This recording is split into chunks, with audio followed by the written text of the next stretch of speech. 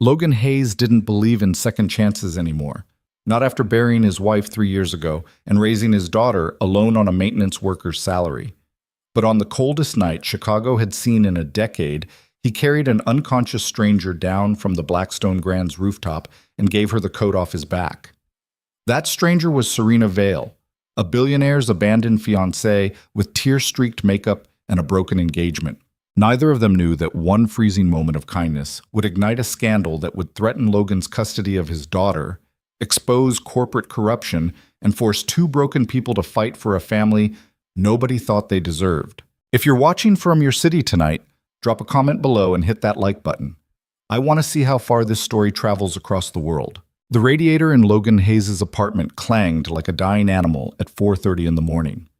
He'd gotten used to the noise over the past 3 years, the same way he'd gotten used to sleeping in 2-hour intervals, checking Ellie's breathing between shifts, and eating cereal for dinner because cooking felt like admitting he had time he didn't actually have. 32 years old, widowed at 29. Single father to a 7-year-old girl who still sometimes woke up crying for a mother who wasn't coming back. Logan rolled off the sagging mattress and planted his feet on the cold floor, feeling the familiar ache in his lower back from yesterday's double shift. The apartment was a cramped 2-bedroom in Pilsen, 14 blocks from the Blackstone Grand Hotel, where he worked maintenance. Rent was $2,300 a month, which was insane, but the landlord didn't ask questions and Ellie's school was walking distance. Everything was walking distance when you couldn't afford to keep a car running. He checked his phone. 5 missed calls from his supervisor, Derek. 3 texts, all urgent. Emergency at the hotel, need you in by 6. Overtime approved. Logan closed his eyes and did the math. If he left now, he could make it to the hotel by 5:45, handle whatever crisis Derek had manufactured this time, and still be back before Ellie's bus arrived at 3:15. Mrs. Chen from downstairs had agreed to check on her after school for $20 a week, which meant Logan was paying almost $100 a month for someone to make sure his daughter didn't burn the building down making after-school snacks. He texted Derek back, "On my way." Then he walked into Ellie's room where his daughter slept buried under 3 blankets because the heating barely worked. Her dark hair spread across the pillow like ink, and for a moment Logan just stood there, watching her breathe. She looked exactly like her mother, same sharp chin, same way of frowning even while asleep, like the world was already disappointing her in her dreams. "I'm sorry," Logan whispered, even though she couldn't hear him. "I'm doing the best I can." He left a note on the kitchen counter. "Had to go in early, sweetheart. Cereal's in the cabinet, love you to the moon," and pulled on his work jacket, the one with the Blackstone Grand logo stitched above the pocket and a rip in the left sleeve he kept meaning to fix. Chicago in January was brutal, the kind of cold that cracked pavement and made your teeth ache. Logan walked 6 blocks to the Green Line station, paid his fare with crumpled bills, and rode the train into the Loop while commuters in expensive coats pretended he didn't exist. The Blackstone Grand rose 23 stories above Michigan Avenue, all steel and glass and inherited wealth. It had been family-owned for 60 years, passed down through generations of people who'd never scrubbed a toilet or fixed a burst pipe in their lives. Logan had worked there for 4 years, ever since his wife got sick, and the medical bills started piling up like snow in a Chicago winter. He clocked in at 5:47. Derek was waiting by the service elevator, looking panicked. "Thank God, we've got a situation on the rooftop." "The rooftop?" Logan frowned. "That's closed for the season." "Yeah, well, somebody didn't get the memo. Guests complained about noise. I sent Martinez up to check, and he found someone up there. Alone. Won't leave. So call security." "It's a woman," Derek said, lowering his voice. "Young, dressed like she came from some event. Martinez said she looks, I don't know, wrong, like she might do something stupid." Logan's stomach tightened. "You think she's going to jump?" "I think I don't get paid enough to find out. You're good with people. Go talk to her. Get her down, quietly. Last thing we need is police and cameras."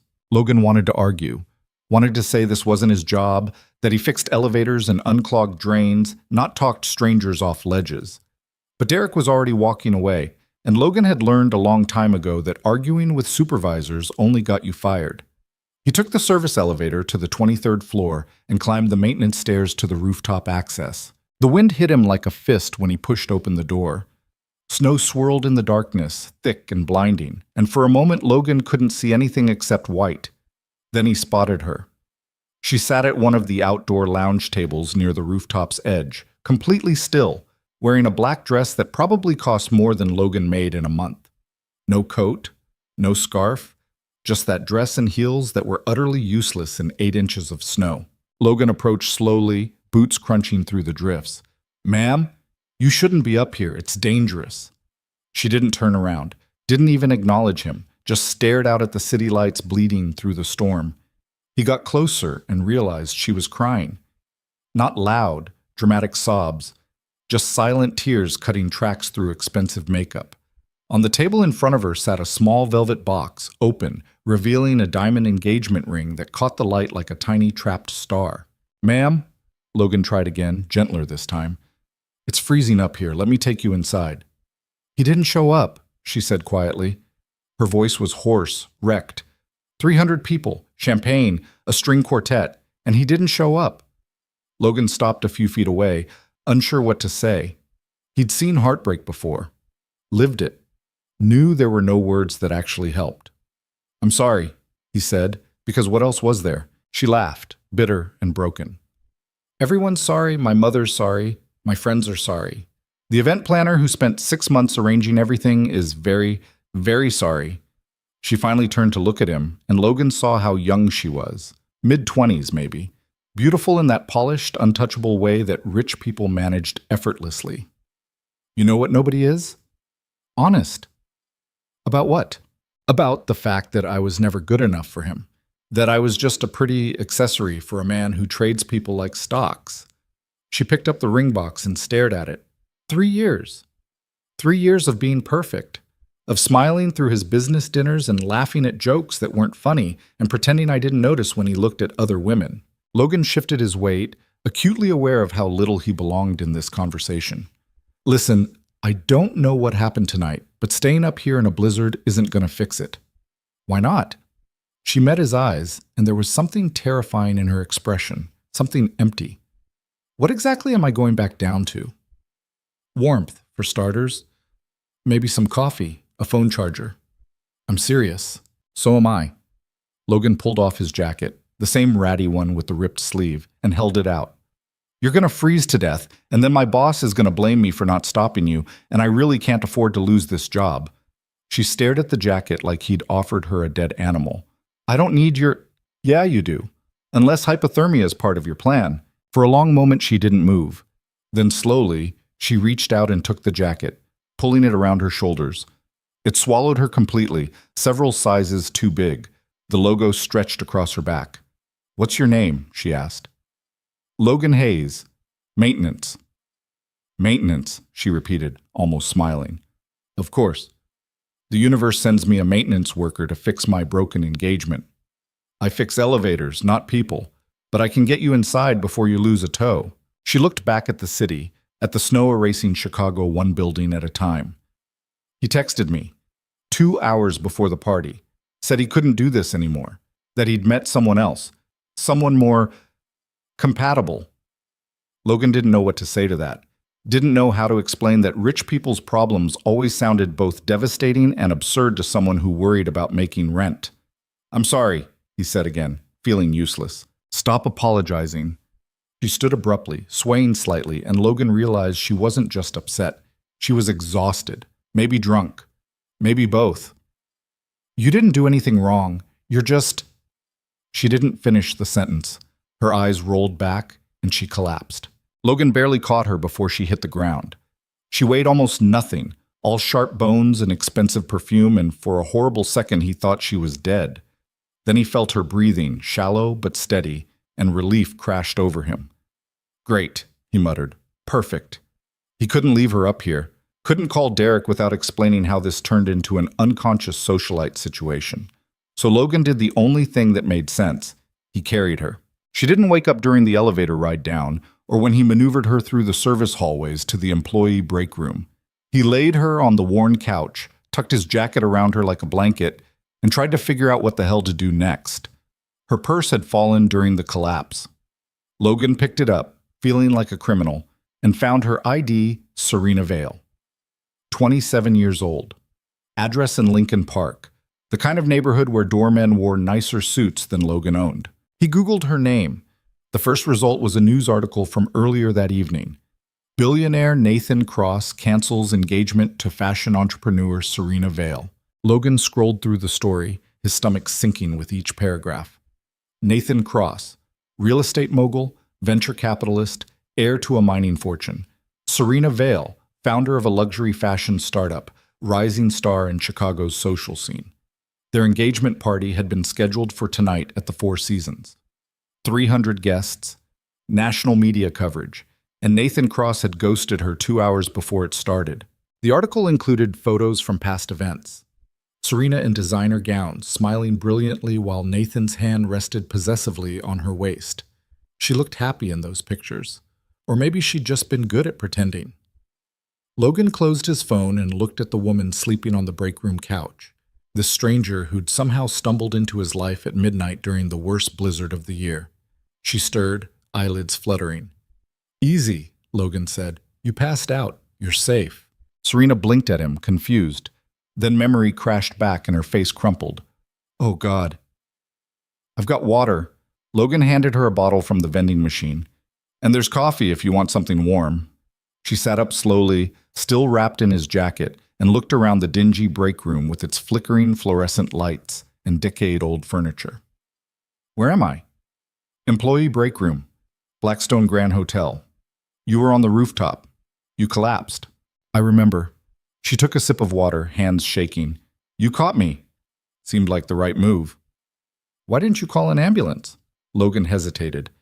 "Seemed like you wanted privacy more than paramedics." Serena laughed, sharp and humorless. "Privacy, right, because my humiliation wasn't already public enough." They sat in silence for a moment.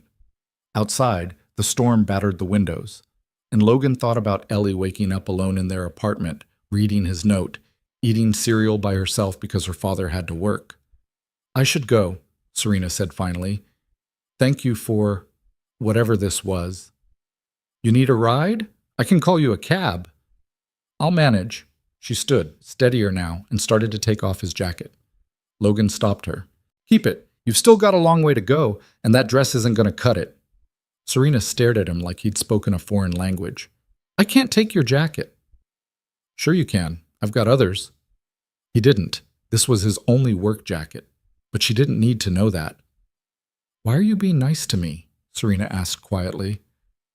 "You don't know me. I'm just some random woman who caused problems at your job." Logan thought about that question, thought about all the people who'd ignored him on the train that morning, the landlord who raised his rent every year, the hospital billing department that called twice a week demanding money he didn't have. "My daughter's 7 years old," he said, "and she's watching the kind of man I become. I'd like her to grow up believing people help each other, even strangers, especially strangers." Serena's eyes filled with tears again, but she didn't let them fall. "What's your daughter's name?" "Ellie." "Tell Ellie her dad's a good person." Serena pulled his jacket tighter around herself. "Better than most." She walked toward the door, then stopped and turned back. "What was your name again?" "Logan Hayes." "I'm Serena Vale, but I guess you already knew that." "Saw your ID when you collapsed. Sorry for the invasion of privacy." "You saved my life tonight, Logan Hayes. Privacy seems like a small thing to worry about." She paused. "I'll return your jacket. I promise. Don't worry about it." "I will, though." She smiled for the first time, and it transformed her face completely. "I always keep my promises." Then she was gone, disappearing into the hotel's marble lobby, and Logan was left standing in the break room wearing just his work shirt in the middle of a January blizzard. He checked his phone. 6:20 a.m. Ellie would be awake soon. Logan grabbed his thermos and headed back to work, trying to forget the way Serena Vale had looked at him, like he'd done something extraordinary instead of just basic human decency. 3 days passed. Logan worked double shifts, came home to Ellie, helped with homework, made dinner, tucked her in, and collapsed into bed only to wake up 4 hours later and do it all again. The routine was brutal, but it was his routine. It kept them alive. On Thursday afternoon, Derek called him into the office. "We need to talk," Derek said, and Logan's stomach dropped because nothing good ever started with those words. "What did I do?" "Nothing? That's the weird part."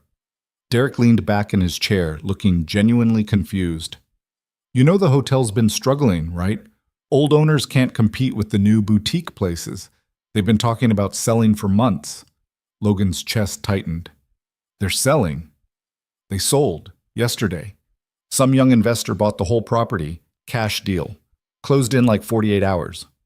So we're all getting fired. That's what I thought. Derek shook his head. But the new owner sent a memo this morning. No layoffs. In fact, they're planning renovations and expansions. Gonna hire more people. Logan didn't understand. Why are you telling me this? Because the new owner specifically asked about you, by name. Wanted to know your employment history, your performance reviews, everything. The air left Logan's lungs. What? Logan Hayes, maintenance technician, hired 4 years ago. They had your entire file pulled. I had to confirm you still worked here. Logan's mind raced.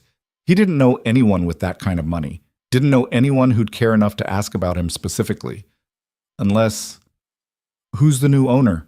He asked quietly. Derek checked his computer. Vale Holdings LLC. CEO is someone named Serena Vale. Logan sat down heavily in the nearest chair. The woman from the rooftop, the broken engagement, the jacket he'd given her. She'd bought the hotel. You know her? Derek asked, watching Logan's reaction. We met. Once. Briefly. Well, she apparently remembers you. Derek pulled up an email. She's scheduled to tour the property tomorrow. Wants to meet with department heads and key personnel. Your name's on the list. Logan felt like he was drowning. Why would she put my name on that list? I don't know, man. But whatever you did, keep doing it. New owners can be unpredictable. If she likes you, that's good for all of us. Logan left the office in a daze, his mind spinning with questions he couldn't answer. Why would Serena Vale buy a struggling hotel? Why would she ask about him? What did any of this mean? He got home that evening to find Ellie sitting at the kitchen table, drawing with colored pencils Mrs. Chen had bought her. Daddy! She jumped up and hugged him, and Logan buried his face in her hair, breathing in the smell of strawberry shampoo and childhood. Hey, baby, how was school? Good. We learned about penguins. Did you know they can't fly, but they're really good swimmers? I did not know that. Ellie pulled away and showed him her drawing, a crude but enthusiastic sketch of what might have been a penguin, or possibly a very fat bird. That's beautiful, Elle. It's for you, for your room. Logan's throat tightened. Thank you, sweetheart. They made spaghetti together, Ellie standing on a chair to help stir the sauce.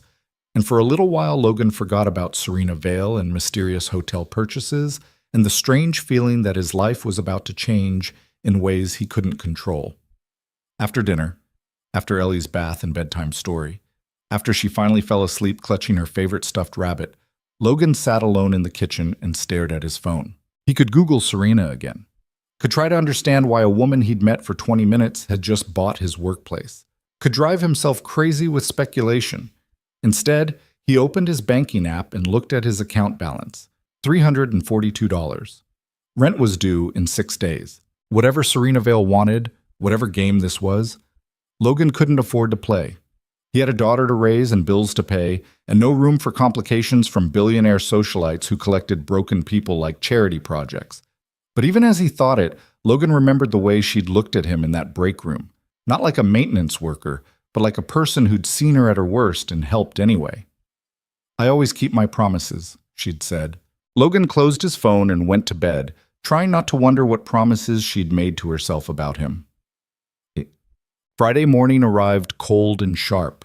Logan showed up to work an hour early because if Serena Vale was touring the hotel, he wanted to make sure every elevator, every light fixture, every pipe was working perfectly.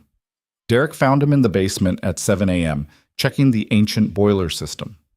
She's here, Derek said, slightly breathless. Arrived 10 minutes ago, conference room B. Logan's pulse quickened. Should I, Yeah, she asked for you specifically. Clean up first, though. You've got grease on your face. Logan wiped his face with a towel, changed into a clean work shirt, and made his way to the second floor where the conference rooms were located. He could hear voices as he approached. Serena's, smooth and professional, asking questions about occupancy rates and revenue projections. He knocked on the doorframe. Serena looked up from the table where she sat surrounded by hotel managers and financial advisors, and her entire expression changed. Not dramatically, just a slight softening around her eyes, a barely perceptible smile. "Logan," she said warmly, "thank you for joining us." She looked different than she had on the rooftop.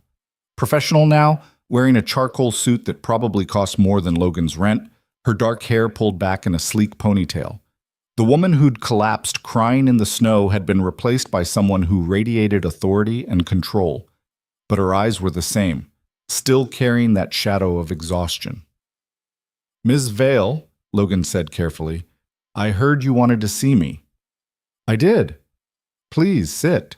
Logan sat awkwardly at the end of the table, acutely aware that he was the only person in the room wearing a work uniform instead of business attire.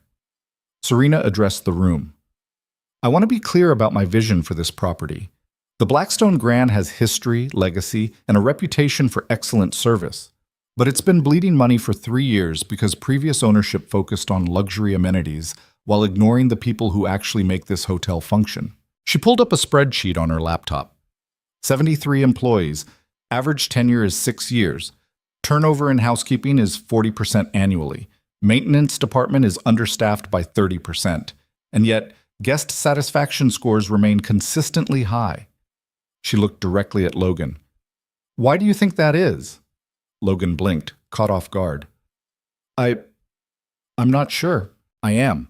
It's because the people who work here care. They take pride in their jobs even when they're underpaid and overworked. That's the foundation we're building on." One of the financial advisors shifted uncomfortably. "Ms. Vale, with all due respect, employee satisfaction doesn't directly correlate to profitability. It does when those employees are the only reason guests keep coming back." Serena's voice didn't rise, but it hardened. "We're implementing immediate changes. Wages increase by 15% across all departments.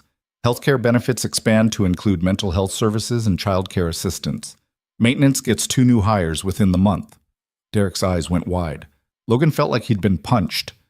"That's not sustainable," the advisor argued. The numbers will work when we stop treating human beings like line items." Serena closed her laptop. "This meeting is over. I want department heads to submit staffing needs by Monday. Logan, stay behind, please." The room cleared slowly, people filing out with confused glances. Derek gave Logan a look that clearly said, "What the hell is happening?" before disappearing into the hallway. Then it was just Logan and Serena, alone in the conference room. She stood and walked to the window, looking out at Michigan Avenue below. "I looked you up," she said quietly, "after that night. Found out about your wife, about Ellie, about how you've been working doubles to keep everything together." Logan's jaw tightened. "You didn't have to buy a hotel to return my jacket." "I didn't buy this hotel for you, Logan." Serena turned to face him. "I bought it because I needed something real, something that mattered. And that night on the rooftop, you showed me what that looked like." "I don't understand." "You helped someone you didn't know, someone who brought you nothing but problems. You gave me your jacket in a blizzard, even though you only had one. You didn't ask for anything in return." She moved closer. "Do you know how rare that is in my world? I was just doing what anyone would do."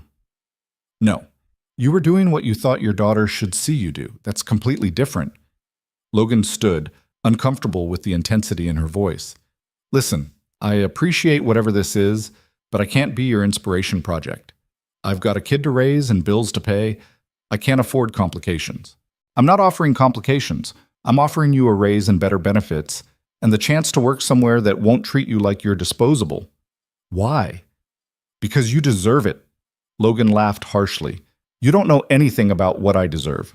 I know you carried a stranger out of a snowstorm. I know you work 80-hour weeks and still show up for your daughter. I know—" Her voice cracked slightly. "I know you saw me at my absolute worst, and you didn't judge me or abandon me or use it against me later." Silence filled the space between them. "Keep the changes," Logan said finally. "The raises, the benefits, all of it. The people here need it. But leave me out of whatever else you're planning." "What do you think I'm planning?" "I don't know. But I've learned that when rich people suddenly take an interest in me, it's never for good reasons." Serena flinched like he'd slapped her. "That's fair. Nathan taught you that, I suppose. Men like him always do." I don't know, Nathan. I just know I can't be someone's redemption arc. You're not. Serena's voice went soft. But maybe you could be my friend. Is that allowed? Logan wanted to say no.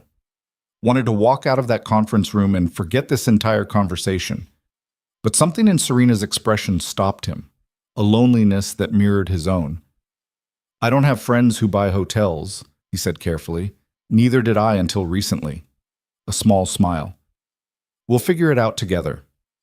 Logan knew this was a mistake, knew that letting Serena Vale into his life, even peripherally, was asking for trouble. But he'd been surviving alone for 3 years, and somewhere deep in his chest, buried under grief and exhaustion, was a tiny part of him that remembered what it felt like to be seen. Okay, he heard himself say. Friends. But Ellie comes first. Always. I wouldn't expect anything less.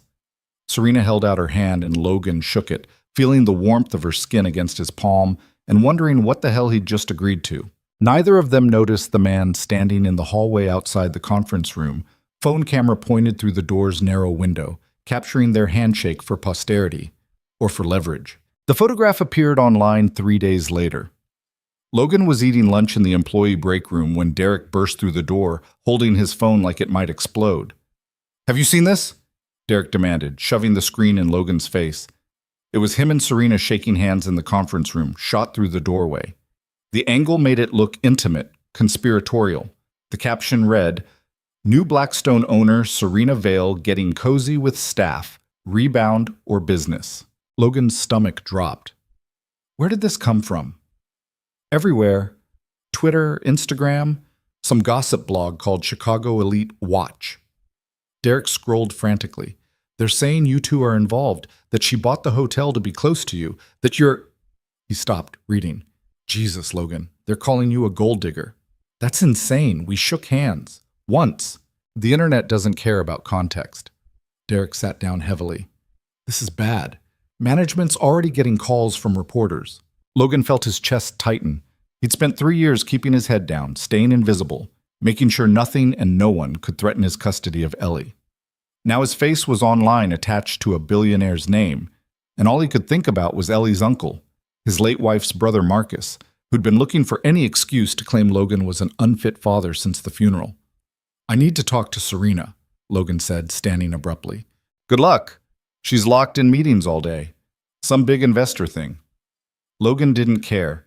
He took the service elevator to the top floor where Serena had converted a suite into temporary offices.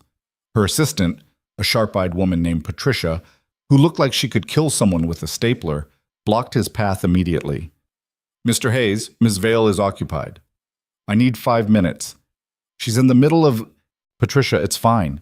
Serena appeared in the doorway behind her assistant, looking exhausted. She wore another expensive suit, but her hair was loose now, and there were shadows under her eyes that makeup couldn't quite hide. Let him in. Patricia stepped aside with obvious reluctance, and Logan followed Serena into an office that still smelled like fresh paint. Floor-to-ceiling windows overlooked the Chicago skyline, and Logan felt acutely out of place standing there in his work boots and stained uniform. Serena closed the door. I saw the photo. Yeah, well, apparently so did everyone else. Logan pulled out his phone and showed her the worst of the comments. They think we're sleeping together. They think I'm using you for money. They think you're having some kind of breakdown, and I'm taking advantage. Serena scrolled through the comments, her expression unreadable. People always think the worst. This isn't a joke. I have a daughter. I have a life that can't afford this kind of attention. I know. She handed back his phone. I've already contacted my lawyers. They're issuing a statement this afternoon clarifying that our relationship is purely professional. Will that work? Probably not, but it's a start. Serena moved to the window, arms crossed. I'm sorry, Logan. I didn't think anyone was watching that closely yet. Someone was. Someone with a camera and an agenda. Or someone who wanted to hurt me through you. Serena's voice went cold. Nathan has friends everywhere. He'd love nothing more than to make me look unstable or reckless. Logan thought about the man who'd abandoned Serena 2 hours before their engagement party and felt a surge of anger he didn't quite understand. Why would he care? He's the one who left. Because I embarrassed him by not falling apart. By buying this hotel and moving on instead of begging him to come back. She turned to face Logan. Men like Nathan don't handle rejection well, even when they're the ones who rejected you first. That's twisted. That's wealth. Serena smiled bitterly. You'll learn. Logan shook his head. No, I won't, because I'm staying as far away from this mess as possible. You can't. You're already in it. Then I'm out. I'll quit. Find another job. And go where? Serena challenged. Every hotel in Chicago will see this photo.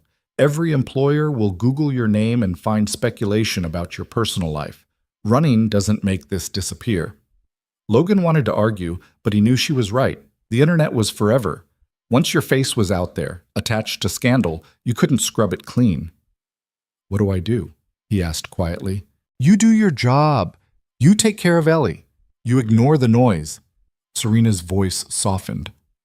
And you let me handle the rest. I don't need you to protect me. Maybe not, but I'm going to anyway. She met his eyes.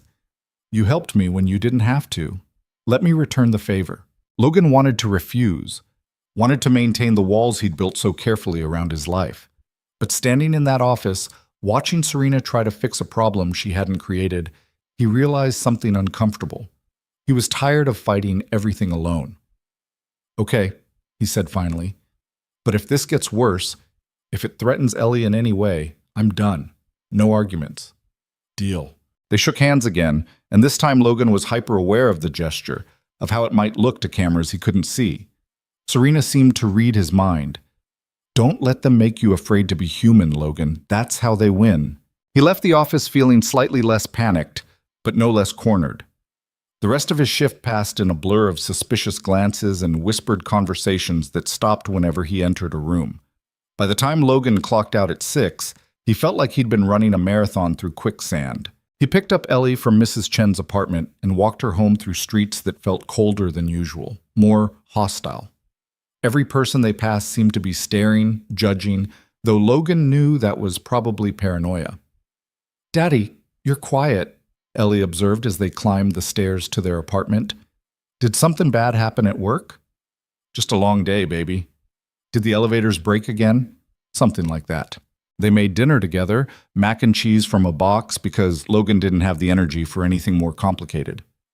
Ellie chattered about her day, about the friend who'd shared cookies at lunch and the spelling test she'd aced, and Logan tried to focus on her voice instead of the growing dread in his chest. After Ellie went to bed, Logan sat at the kitchen table and did what he'd been avoiding all day. He read the comments. They were worse than Derek had shown him.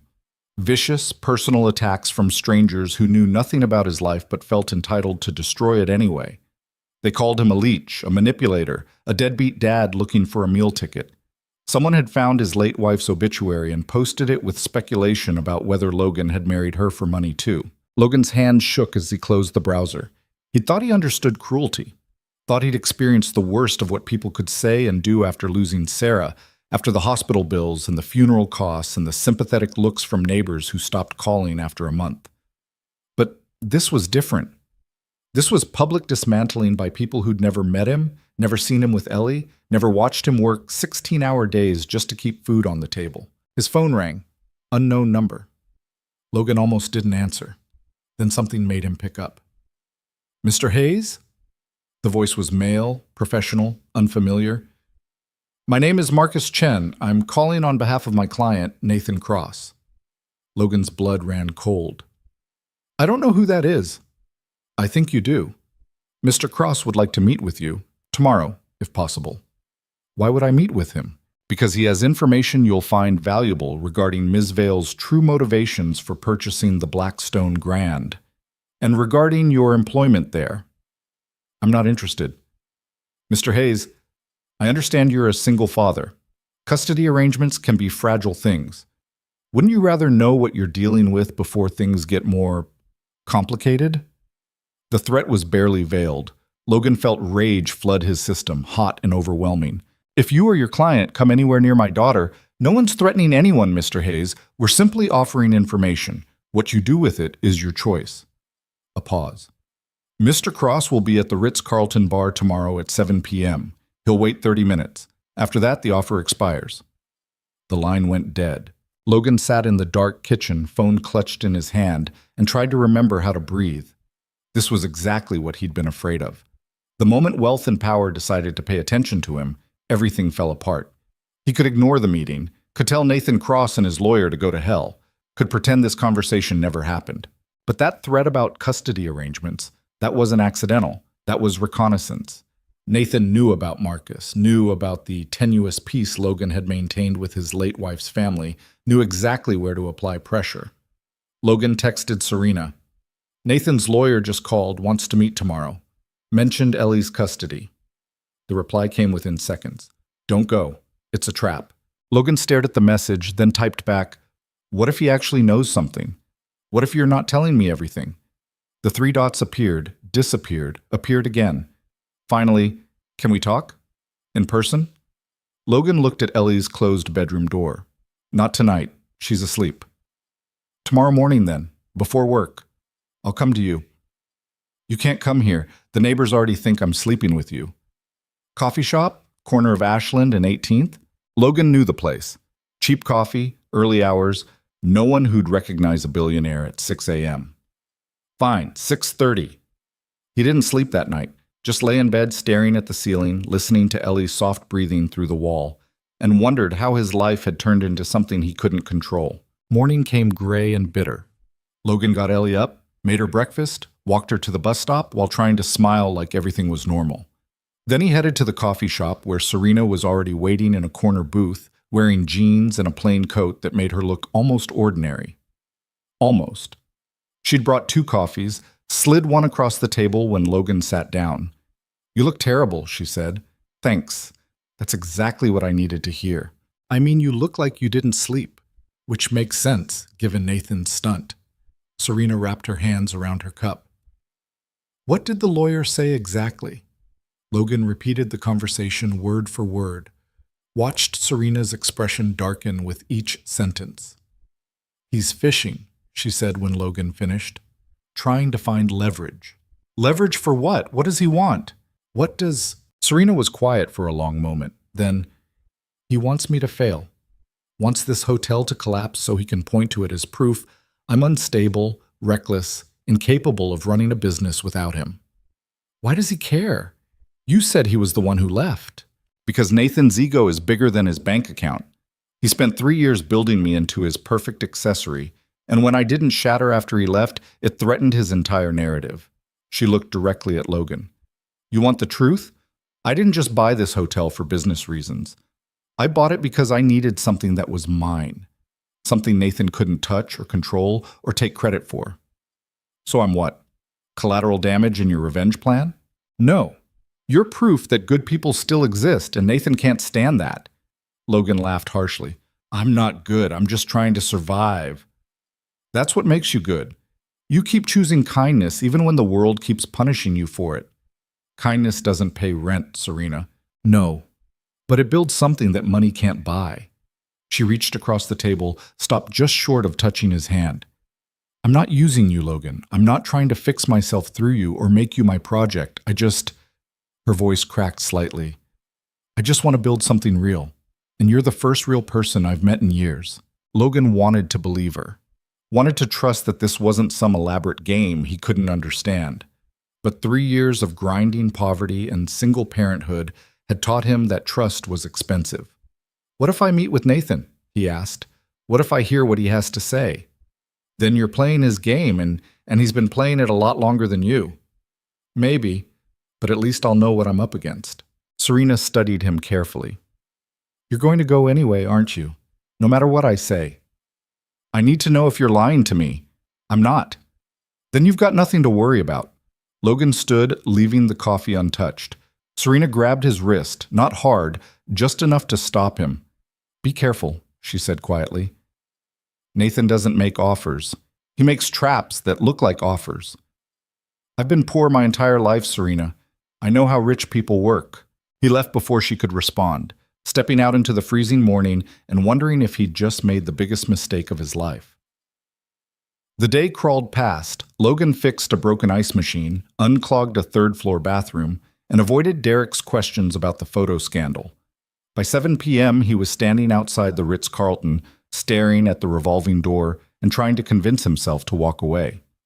He went inside. The bar was all dark wood and soft lighting, the kind of place where drinks cost $30 and came with artisanal garnishes. Logan spotted Nathan Cross immediately. Mid-30s, expensive suit, the kind of face that belonged on magazine covers advertising watches or cologne. Nathan saw him too, smiled like they were old friends. "Logan Hayes, thank you for coming." Nathan gestured to the empty seat across from him. "Please, sit. Can I get you something?" "I'm not staying long." "Even better, I'll get right to it." Nathan took a sip of whatever amber liquid filled his glass. "Serena's playing you." "That's your big revelation?" "It's the truth. She didn't buy that hotel because she cares about hospitality or workers' rights or any of that bleeding heart nonsense she's selling. She bought it to get back at me." "She told me that already." Nathan's smile faltered. "Did she tell you about the clause in our prenuptial agreement?" Logan said nothing. "Serena and I were supposed to merge our companies after marriage. Vail Holdings, her fashion startup, would have been absorbed into Cross Enterprises. In exchange, she'd receive a significant equity stake and board position." Nathan leaned forward. "But the prenup included a morality clause. If either of us engaged in behavior that damaged the other's reputation, the merger was void." So Serena's trying to trigger that clause. She's building a public narrative where I'm the villain who abandoned her, and she's the sympathetic victim rebuilding her life. Once that narrative is solid enough, she'll claim I violated the morality clause by humiliating her. Then she keeps full control of Vail Holdings and walks away from our agreement with no consequences. Logan's head was spinning. "That doesn't have anything to do with me." "It has everything to do with you. You're part of her narrative. The working-class hero who saved her from suicide, who showed her that real people matter. It's a PR strategy, Logan, and you're the star of her redemption story." "You don't know what you're talking about, don't I?" Nathan pulled out his phone, showed Logan a document. "This is Vail Holdings' marketing budget for the next quarter. $3 million allocated to brand repositioning and public sympathy campaigns. Want to guess what that means?" Logan stared at the numbers, feeling sick. "She's going to use you until she doesn't need you anymore," Nathan continued. "Then she'll move on to the next charity case, and you'll be left with nothing but a ruined reputation and unemployed because the hotel she bought will go bankrupt within 18 months. "How do you know it'll go bankrupt?" "Because I've seen her financials. Vail Holdings is hemorrhaging money. That fashion startup? It's a disaster. She's bleeding cash to maintain the illusion of success. Buying the Blackstone was desperation, not strategy." Nathan finished his drink, set the glass down carefully. "Here's what I'm offering. Walk away from Serena. Quit the hotel. I'll set you up with a job at one of my properties. Better pay, better hours, better benefits. Your custody situation stays private. Your daughter stays safe. And if I don't, then I can't protect you from what's coming. Serena's ex-employees are already talking to reporters. The articles about her mismanagement and financial incompetence will start running next week. Your name will be attached to all of it. Every future employer will Google you and find scandal." Nathan stood, straightening his jacket. "You seem like a decent guy, Logan. You don't deserve to get crushed because you made the mistake of being kind to the wrong person. Think about what I said. You've got 72 hours to decide." He walked out, leaving Logan alone at the table with a waiter hovering nearby, clearly wondering if the guy in the work uniform could actually afford anything on the menu. Logan left without ordering, walked through the freezing streets trying to process everything Nathan had said, trying to separate truth from manipulation. His phone buzzed, text from Serena. "How did it go?" Logan stared at the message for a long time. Then he called her. She answered on the first ring. "Logan? Is it true?" His voice came out rougher than intended. "The marketing budget, the brand repositioning, am I part of some PR strategy?" Silence on the other end. Then quietly, "Yes." Logan's world tilted. Jesus. "But not the way Nathan made it sound. Let me explain. You used me. You bought the hotel. You made me think you actually cared about the workers. And all of it was just to make yourself look good. That's not...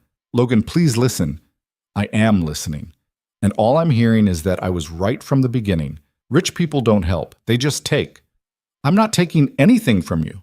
You're taking my trust." Logan's voice cracked. You're taking my daughter's sense of security. You're taking the one thing I had left, the ability to keep my head down and survive, and you're turning it into a goddamn billboard for your redemption tour. It's not like that. The marketing budget was for the hotel renovation, for promoting the new employee policies. Don't lie to me, not now. Serena was crying. Logan could hear it in her breathing. I'm not lying. Nathan twisted everything to hurt you. That's what he does. Then explain the morality clause. Explain why you really bought the hotel. Another long silence. When Serena spoke again, her voice was barely a whisper. I bought it because I was drowning. Because Nathan took everything I built and made it about him, and I needed something that was just mine. And yes, part of that was proving I could succeed without him. But it wasn't about revenge. It was about survival. And me? Where do I fit in your survival plan? You don't. You're not part of any plan. You're just... She stopped, started again. You're just the first person in years who looked at me like I was human, and I wanted to protect that, wanted to build something around it. Logan closed his eyes, standing in the middle of a sidewalk while people rushed past him. I can't do this, Serena. I can't be your experiment in humanity. I have a daughter who depends on me. I know. So you understand why I need to walk away. I understand, but I'm asking you not to. Serena's voice steadied. I'm asking you to give me a chance to prove that not everyone with money is Nathan Cross, that some of us are actually trying to be better. Why does it matter what I think?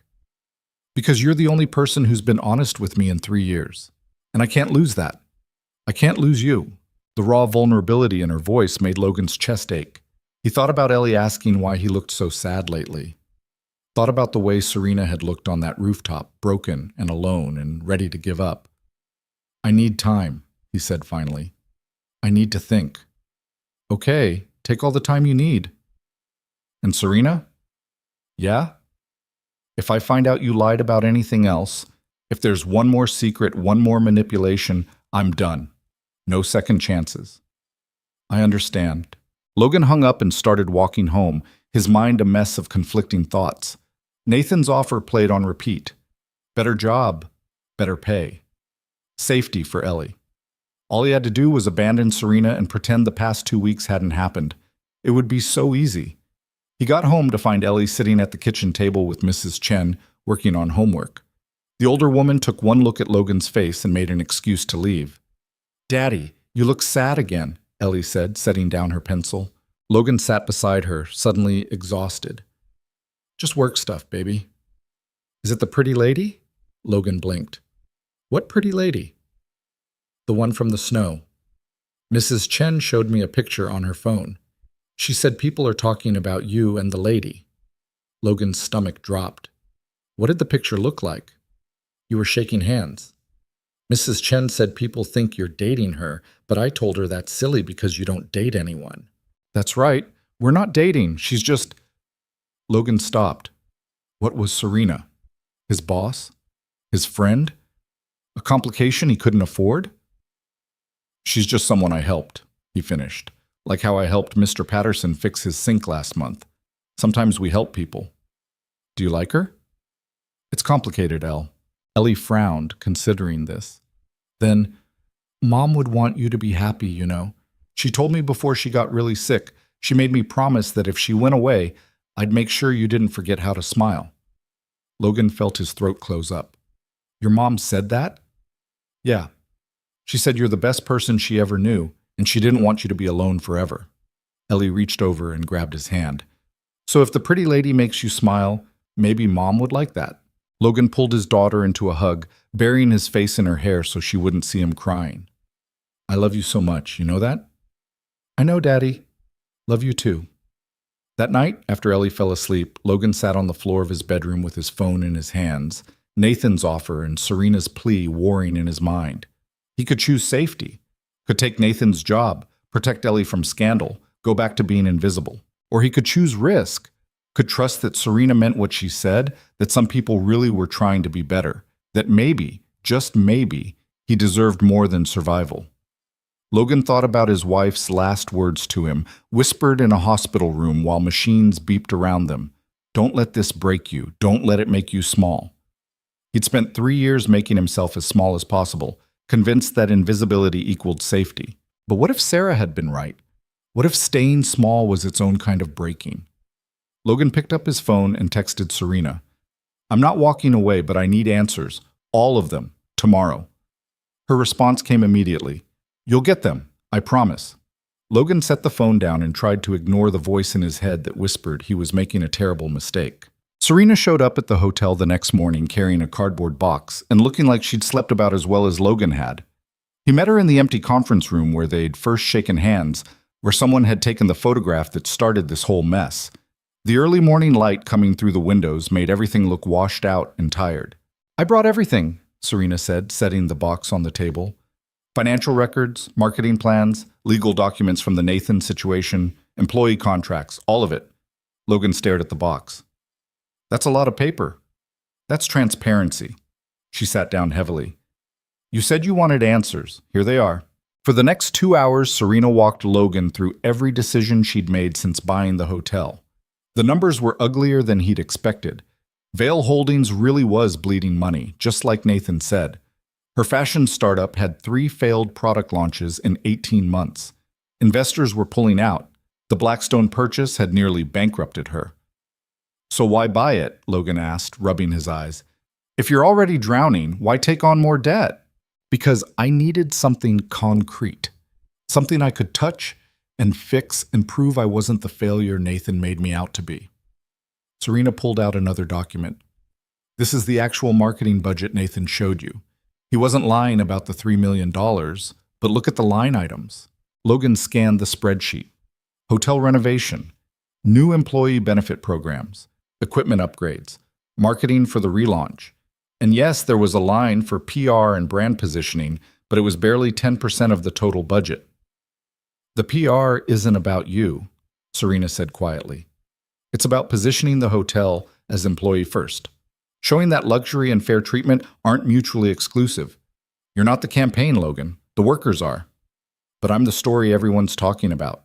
Because Nathan made sure of it.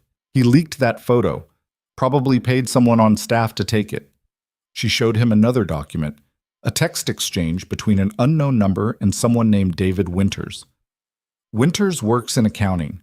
Nathan offered him $5,000 for any compromising photos of me. The handshake was just the beginning." Logan felt sick. "There are more photos?" "Probably. Winters has been following me around with his phone for 2 weeks. My lawyers are building a harassment case, but it takes time." "Why didn't you tell me this before?" "Because I thought I could handle it without dragging you deeper into the mess." Serena's voice cracked. "I thought I could protect you." "I'm not a child, Serena. I don't need protection. I need honesty." "You're right. I'm sorry." They sat in silence for a moment. Then Logan asked the question that had been eating at him since the Ritz-Carlton. The morality clause. Is Nathan right about that? Serena hesitated, and Logan knew the answer before she spoke. "Yes. There's a clause. But I'm not trying to trigger it. I'm trying to survive it." She pulled out the prenuptial agreement, pages and pages of legal language that made Logan's head hurt. "Nathan's lawyers built in a provision that if either of us engaged in publicly scandalous behavior, the business merger could be voided. But it works both ways. If Nathan's the one who causes the scandal, I keep my company and he loses the merger rights." "So you're both trying to destroy each other?" "No, he's trying to destroy me. I'm trying to stay alive long enough to prove he's a fraud." Serena pointed to another section of the contract. "Nathan's business empire is built on shell companies and offshore accounts. I found evidence of tax evasion, investor fraud, money laundering. I gave it all to the FBI 3 weeks ago." Logan's head snapped up. "You what?" "I reported him. Before the engagement party. Before any of this. That's the real reason he left me. His lawyers found out I'd turned over evidence, and they advised him to cut ties immediately." "Jesus, Serena. I know it's insane, but I couldn't marry someone who was stealing from people, who was hurting people. I couldn't—" Her voice broke completely. "I couldn't become complicit." Logan looked at this woman who'd bought a struggling hotel with money she didn't have, who'd reported her fiancé to federal investigators, who'd somehow decided that a maintenance worker's opinion mattered enough to sit here at 7 in the morning explaining herself. You should have led with that, he said finally. The whole FBI thing kind of changes the context. Serena laughed, wet and shaky. I was trying to keep you out of it. Nathan's dangerous when he's cornered. I didn't want him targeting you or Ellie. Too late for that. I know. I'm sorry. Logan stood and walked to the window, looking down at Michigan Avenue where early commuters hurried through the cold. Nathan offered me a job. Better pay. Safety for Ellie. All I have to do is walk away from you and the hotel. Are you going to take it? I don't know. Part of me thinks I should. Part of me thinks I'm an idiot for even hesitating. He turned back to face her. But Ellie said something last night about how her mom would want me to be happy, and I realized I've spent 3 years confusing survival with living. There's a difference? Yeah, one of them involves actually caring about something other than making it to tomorrow. Logan moved back to the table, to the box full of Serena's secrets. I'm not taking Nathan's offer, but I'm also not blindly trusting you. From now on, no more secrets. No more protection. If something affects me or Ellie, I need to know. Immediately. Serena nodded, relief washing over her face. I can do that. And one more thing. Ellie wants to meet you. Properly. Not just seeing your picture online. If we're doing this, whatever this is, she needs to be part of it. I'd like that. Okay then. Logan picked up his coffee, which had gone cold an hour ago. Let's figure out how to survive Nathan Cross and the FBI and your impending bankruptcy. Should be simple. Serena actually smiled. Piece of cake. They spent the rest of the morning going through documents, building a timeline of Nathan's harassment, identifying which employees might be compromised. By the time Logan had to start his actual shift, he felt like he'd run a marathon through legal paperwork. Derek caught him in the hallway. You look worse than yesterday. Didn't think that was possible. Thanks for the morale boost. I'm serious, man. What's going on? The rumors are getting worse. Someone said you and Serena spent the night together in that conference room. Logan closed his eyes and counted to 5. We were going over business documents, about the hotel. That's it. Yeah, well, Winters is telling people he saw you two holding hands. Winters is a liar who's being paid by Serena's ex. Derek's eyes widened. Are you kidding? Do I look like I'm kidding? What are you going to do about it? I have no idea. Logan checked his phone. Text from Mrs. Chen. Marcus called, says he needs to talk about Ellie. Sounded serious.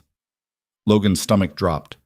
Marcus, his late wife's brother, who'd been circling like a shark ever since Sarah died, looking for any excuse to claim Logan was an unfit parent. I gotta go, Logan told Derek. Cover for me? You're gonna owe me like 6 favors. Logan was already running. He called Marcus from the service stairwell, hands shaking. The phone rang 4 times before Marcus answered. Logan, thanks for calling back. What's this about, Marcus? Logan didn't bother with pleasantries. They'd never liked each other. I saw the photos, you and that billionaire woman. We work together, that's it. That's not what the internet says. They're saying you're sleeping with your boss, that you're using her for money. That's not the kind of environment Ellie should be exposed to. Ellie is fine. She's happy and healthy and doing great in school. Is she? Because I drove by your apartment last week, saw you leave at 5 in the morning for work, saw Mrs. Chen bring Ellie to school. That little girl is being raised by a neighbor while you chase rich women. Logan's vision went red. You're stalking us now? I'm concerned about my niece. Sarah would want... Don't you dare tell me what Sarah would want. You barely spoke to her when she was alive. I'm filing for custody, Logan. My lawyer thinks we have a strong case. Unstable living situation, questionable romantic relationships, a father who's never home. You son of a... See you in court. Marcus hung up. Logan stood in the stairwell, phone clutched in his hand, rage and terror fighting for dominance in his chest. This was it. The nightmare he'd been running from for 3 years. Someone was actually trying to take Ellie. He called Serena. She answered immediately. Marcus is filing for custody, Logan said without preamble. Sarah's brother. He's using the photos, the scandal, everything. When? I don't know. Soon. He just called. Okay, don't panic. I have lawyers. Good ones. They handle family law. I can't afford lawyers, Serena. You're not paying. I am. No, absolutely not. That'll just make things worse. He'll say I'm being bought. Then what do you want to do? Logan leaned against the wall, trying to think through the panic. I need to prove I'm a good father, that Ellie's life is stable, that the scandal is just noise. How? I don't know yet, but I need to figure it out fast. Logan hung up and immediately called the one person who might actually help, a legal aid attorney named Jennifer Park, who'd helped him navigate Sarah's medical debt after she died. Jennifer answered on the third ring, sounding harassed. Logan, it's been a while. I need help. Someone's filing for custody of my daughter. Okay, walk me through it. Logan explained everything, the photos, Nathan, the hotel, Marcus's threats. Jennifer listened without interrupting, and when Logan finished, she let out a long breath. This is messy. I know, but it's not insurmountable. Marcus has to prove you're an unfit parent, which is a high bar. You've got 3 years of sole custody without incidents. Ellie's healthy and in school. You've never been arrested or accused of abuse. But the photos, this are gossip, not evidence. Unless Marcus can prove you're actually doing something harmful to Ellie, a judge won't care who you're shaking hands with. What about my work schedule? He's right that I'm barely home. Lots of single parents work long hours. That's not grounds for removal, but it would help if you could show Ellie has consistent care and supervision. Mrs. Chen watches her. That's good. Get a statement from her. From Ellie's teachers, too. Anyone who can testify that Ellie's thriving. Logan felt a tiny bit of hope. You really think we can fight this? I think Marcus is bluffing. He probably wants to scare you into paying him off or giving him more access. But if he does file, we'll be ready. I can't afford. Legal aid covers custody cases. You won't pay anything. But Logan? Jennifer's voice went serious. You need to clean up your personal life. Fast. If there's even a hint of instability, Marcus will use it. Logan thought about Serena, about the FBI investigation, about David Winters following them with a camera. Yeah, he said quietly. I'm working on it. He spent the rest of the day in a fog, going through the motions of fixing pipes and checking boilers while his mind raced with custody hearings and character witnesses and the growing certainty that trying to help Serena had been the biggest mistake of his life. At 3:15, Logan left work early, something he never did, and went to pick up Ellie himself. He needed to see her, needed to hold on to something real while everything else fell apart. She came out of the school building with a group of kids, laughing about something, her backpack bouncing against her shoulders. When she saw Logan waiting, her face lit up. Daddy, you're here! Thought I'd surprise you. Want to get ice cream? It's freezing outside. That's the best time for ice cream. Less competition for the good flavors. They went to a little shop near the apartment, the kind that stayed open year-round because the owner was either optimistic or crazy. Ellie got mint chocolate chip. Logan got coffee because he needed the caffeine more than the sugar. Daddy, are you in trouble? Ellie asked after a few minutes of eating in silence. Logan looked at his daughter, this 7-year-old who'd already lost so much, who'd learned to read adult emotions because she'd watched her mother die slowly and her father grieve loudly. Why would you think that? Because Uncle Marcus called Mrs. Chen. I heard her talking about it. She sounded worried. Logan's heart sank. What did she say? That Uncle Marcus is being mean, that he's trying to make problems for you. Ellie put down her spoon. Is he trying to take me away? Logan wanted to lie, wanted to tell her everything was fine and she had nothing to worry about. But Ellie had been lied to enough in her short life. By doctors who said mommy might get better, by relatives who promised they'd visit and never did. He's thinking about it, Logan said carefully. But it's just thinking. Nothing's decided. Would I have to live with him? No, never. You're staying with me. Promise? Logan took her hand across the sticky table. I promise, Elle. Whatever happens, we stay together. Ellie seemed to accept this. Went back to her ice cream, but Logan saw the fear lingering in her eyes, and he hated Marcus for putting it there. They walked home as the sun set, turning Chicago's skyline into black silhouettes against orange sky.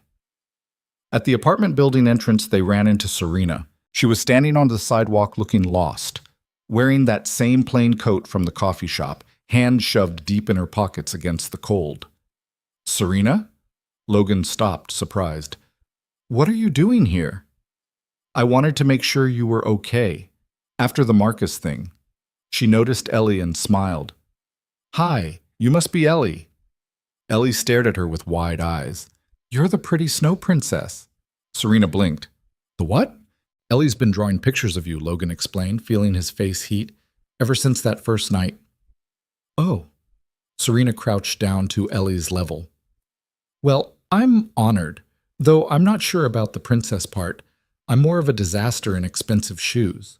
Ellie giggled. "Daddy says you're nice." "He did?" "Yeah, he said you're someone who's trying to be better." I didn't really understand what that meant, but it sounded important. Serena looked up at Logan and something passed between them.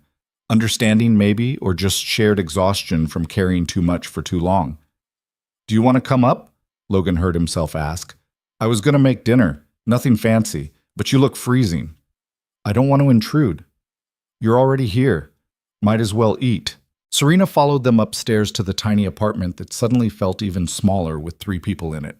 Ellie immediately started showing her the drawings, elaborate fantasies involving snow and castles, and a princess who looked suspiciously like Serena saving people from dragons.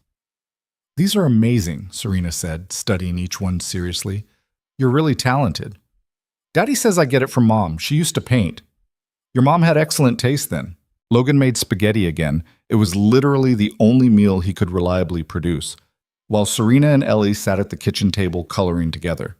Watching them, listening to Ellie's chatter and Serena's patient responses, Logan felt something crack open in his chest. This was what he'd been missing. Not romance or attraction or any of that complicated adult stuff. Just this. Someone else helping carry the weight of raising a kid. Someone else listening to Ellie's stories and caring about her opinions.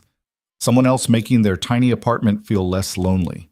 They ate dinner together, elbows bumping on the small table, and Logan realized Serena was terrible at using chopsticks, but too proud to admit it. Ellie found this hilarious and spent 10 minutes teaching her the right grip. "You're a good teacher," Serena told Ellie. "Very patient." "That's what Ms. Rodriguez says. She's my teacher. She says I'm going to be a doctor when I grow up because I'm good at fixing things." "Like your dad," Ellie beamed. "Yeah, like Daddy." After dinner, Ellie insisted on showing Serena her room, the tiny space Logan had tried to make special with glow-in-the-dark stars on the ceiling and a bookshelf he'd built himself from scrap wood. It wasn't much, but it was Ellie's, and she was proud of it. Logan stayed in the kitchen, washing dishes and listening to his daughter explain her stuffed animal family tree to a billionaire who actually seemed interested. His phone buzzed. Text from Jennifer Park. "Marcus filed this afternoon. Court date set for 3 weeks from now. We need to meet ASAP to prepare." Logan's hands went numb. 3 weeks. He had 3 weeks to prove he was worthy of keeping his daughter. Serena appeared in the kitchen doorway. "Ellie's showing me her books. She has quite a collection." "Thrift stores and library sales," Logan said automatically. "Books are cheaper than toys." "She's wonderful, Logan. Really." "I know. You're a good father." Logan's throat tightened. "Not according to Marcus. He filed. Court dates in 3 weeks. Serena's face went pale. "What do you need?" "I don't know. Everything. Nothing. A time machine." "Let me help." "You can't buy me out of this one, Serena." "I'm not talking about money. I'm talking about character witnesses, documentation, proof that Ellie's in a loving, stable home." Serena stepped closer. "I own the hotel now. I can adjust your schedule, give you more regular hours, make sure you're home for dinner every night." "That looks like favoritism." "It looks like good management. Happier employees work better." Logan wanted to argue, but the truth was he needed help. Needed anything that might convince a judge he deserved to keep Ellie. "Okay," he said finally, "but nothing that raises more red flags? No special treatment, just normal stuff." "Normal stuff. I can do that." Ellie called from the other room. "Serena, come see my book about penguins." Serena smiled. Duty calls. She left Logan alone with the dishes and the crushing weight of everything that could go wrong. But for just a moment, watching Serena read to his daughter in the next room, Logan let himself imagine what it might feel like if things actually went right. The next 2 weeks were a blur of preparation. Jennifer Park interviewed Mrs. Chen, Ellie's teachers, Derek, even some of the hotel guests who'd interacted with Logan over the years. The picture they painted was consistent. Logan Hayes was a dedicated father who worked himself to death to provide for his kid, and Ellie was thriving because of it, not despite it. But Marcus wasn't giving up. His lawyers dug into every aspect of Logan's life: the late-night shifts, the cramped apartment, the inappropriate relationship with his employer. They found out about the unpaid medical bills from Sarah's treatment, the credit card debt, the fact that Logan had missed 2 of Ellie's school events in the past year because of work emergencies. Each new revelation felt like a knife. Each piece of evidence made Logan feel like he was failing all over again. Serena tried to help without overstepping. She adjusted schedules across the hotel so maintenance had better coverage. She quietly paid for Jennifer Park's expenses, the filing fees, the document preparation, in a way that couldn't be traced back to Logan. She even showed up at Ellie's next school event, sitting beside Logan in the audience while Ellie performed in a class play about recycling. "She's a natural," Serena whispered, while Ellie explained the importance of composting with more enthusiasm than accuracy. "She gets nervous in front of crowds," Logan whispered back, "but she pushes through anyway." Wonder where she learned that. After the play, they took Ellie for pizza. Other parents stared. Word had spread about Logan and the hotel owner, about the custody battle, about everything. But Serena ignored them, and eventually Logan learned to do the same. "Can Serena come to my birthday party?" Ellie asked through a mouthful of pepperoni. Logan had forgotten about the birthday. Ellie was turning 8 in 2 days. "Sweetie, I don't know if—" "Please?" Ellie looked at Serena with those huge eyes that Logan had never learned to resist. "We're not doing anything big, just cake at home. But you could come, if you want." Serena looked at Logan, asking permission. He shrugged. What was one more complication at this point? "I'd love to come," Serena said. "Should I bring a present?" "You don't have to," Logan started. "Yes," Ellie interrupted. "I want the magic art set from the commercial, the one with 1,000 markers." 1,000 seems excessive. "That's what Daddy said, but I think it's perfect." They all laughed, and for a moment Logan forgot about custody hearings and FBI investigations, and the fact that his entire life was held together with duct tape and hope. On Ellie's birthday, Serena showed up at the apartment carrying the magic art set, which actually only had 200 markers, not 1,000, and a chocolate cake from an expensive bakery that probably cost more than Logan spent on groceries in a week. "You didn't have to go this big," Logan said, staring at the cake. "It's her birthday. Kids remember birthdays." Still, they celebrated in the tiny apartment with streamers Logan had hung that morning and music from Ellie's favorite playlist. Mrs. Chen came, and Derek surprised them by showing up with his kids, 2 boys who immediately started running around with Ellie like they'd known her forever. It was chaotic and loud and messy, and Logan loved every second of it. Watching Serena help Ellie open the marker set, seeing her genuine excitement over crayon drawings and kid jokes, Logan realized something that scared him more than Marcus or Nathan, or any of it. He was falling for her. Not because she was beautiful or rich or damaged in ways that matched his own damage, but because she showed up. Because she sat on his floor playing with markers.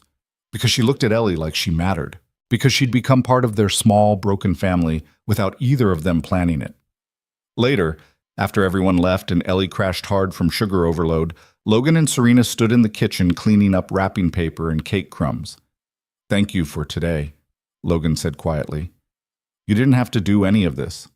"I wanted to. Ellie's special. She thinks you're pretty great too." "Yeah?" Serena looked up from the garbage bag she was filling. "Yeah, she asked me yesterday if you were going to be her new mom." Serena froze. "What did you say?" "I said it's complicated, that we're friends, that you're helping us through a hard time." "Is that what we are? Friends?" Logan met her eyes across the tiny kitchen. "I don't know what we are, but I know I'm glad you're here." Serena set down the garbage bag and moved closer. "Logan, I need to tell you something." "That sounds ominous." "The FBI investigation. They're moving forward with charges against Nathan. They want me to testify." "That's good, right? You've got evidence." "It also means a trial, media coverage. Nathan's lawyer's trying to discredit me publicly." She took a breath. "They're going to dig into my relationship with you.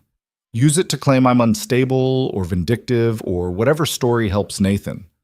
Logan's stomach dropped. "So the custody hearing and the trial will probably overlap." "Yeah, Serena looked miserable. I'm sorry, I'm making everything worse. You're not. Nathan is. Marcus is. You're just. Logan stopped, started again. You're just trying to do the right thing. Doesn't feel like it. Doing the right thing usually doesn't. If it felt good, everyone would do it. Serena smiled sadly. Is that something Sarah used to say? No, that's something I just figured out about 5 seconds ago. They stood in the dim kitchen, close enough to touch, but not touching, while Ellie's soft breathing drifted from her bedroom and Chicago hummed outside the window. I should go, Serena said finally. Let you get some sleep. Serena? Yeah? Whatever happens with the trial, with Marcus, with all of it, I'm not walking away. We're in this together now. Serena's eyes filled with tears she didn't let fall. You might regret that. Probably, but I'm doing it anyway. She left, and Logan stood alone in his apartment trying to figure out how his life had gone from quiet desperation to complete chaos in less than a month. His phone buzzed, text from an unknown number. You should have taken my offer. Now you'll lose everything. Nathan. Logan deleted it without responding and went to check on Ellie one more time before bed. She was sprawled across her mattress, clutching a marker in one hand and smiling in her sleep. And Logan made himself a promise. Whatever it took, whoever he had to fight, Ellie would grow up happy and safe and loved, even if it destroyed him in the process. The custody hearing was scheduled for a Tuesday morning in late February. Logan barely slept the night before, lying awake listening to Ellie's breathing through the wall and trying to memorize the sound in case it was the last time he'd hear it from the next room. Jennifer Park had prepared him as well as she could. They'd rehearsed questions, compiled evidence, built a case around 3 years of receipts and school records and photographs proving that Ellie was loved and cared for. But Marcus had money for better lawyers, and better lawyers knew how to twist truth into something ugly. Logan got up at 5 and made Ellie's favorite breakfast, chocolate chip pancakes shaped like stars. She came into the kitchen rubbing sleep from her eyes, her hair sticking up in every direction. Why are you making special breakfast? She asked, climbing into her chair. Because I love you, Logan said, flipping a pancake. Do I need another reason? You only make shapes when something's wrong. Logan's chest tightened. His daughter was too perceptive. Today's the court thing, remember? With Uncle Marcus. Ellie's face fell. Do I have to go? No, baby. You're staying with Mrs. Chen, going to school like normal. What if the judge says I have to live with Uncle Marcus? Logan abandoned the stove and crouched beside her chair, taking her small hands in his. That's not going to happen, I promise. You can't promise that, Daddy? You don't control judges. No, but I know you belong with me, and I'm going to make sure everyone else knows it too. Ellie threw her arms around his neck, and Logan held her so tight he worried he might break her. She smelled like sleep and strawberry shampoo and childhood, and the thought of losing her made him physically ill. I love you, Elle. More than anything in the world. Love you too, Daddy. He walked her to school himself, even though it meant being late to court. Watched her disappear into the building with her pink backpack bouncing, then stood on the sidewalk for a full minute trying to convince himself to move. His phone buzzed. Text from Serena. You've got this. Call me after. Logan pocketed his phone and headed to the courthouse. The building was all marble and echoes, the kind of place designed to make you feel small and insignificant. Marcus was already there with his lawyers, 2 sharp-suited men who looked like they ate single fathers for breakfast. Marcus himself wore an expensive coat and an expression of concerned righteousness that made Logan want to punch him. Jennifer met Logan in the hallway, looking tired but determined. Remember what we practiced. Answer honestly.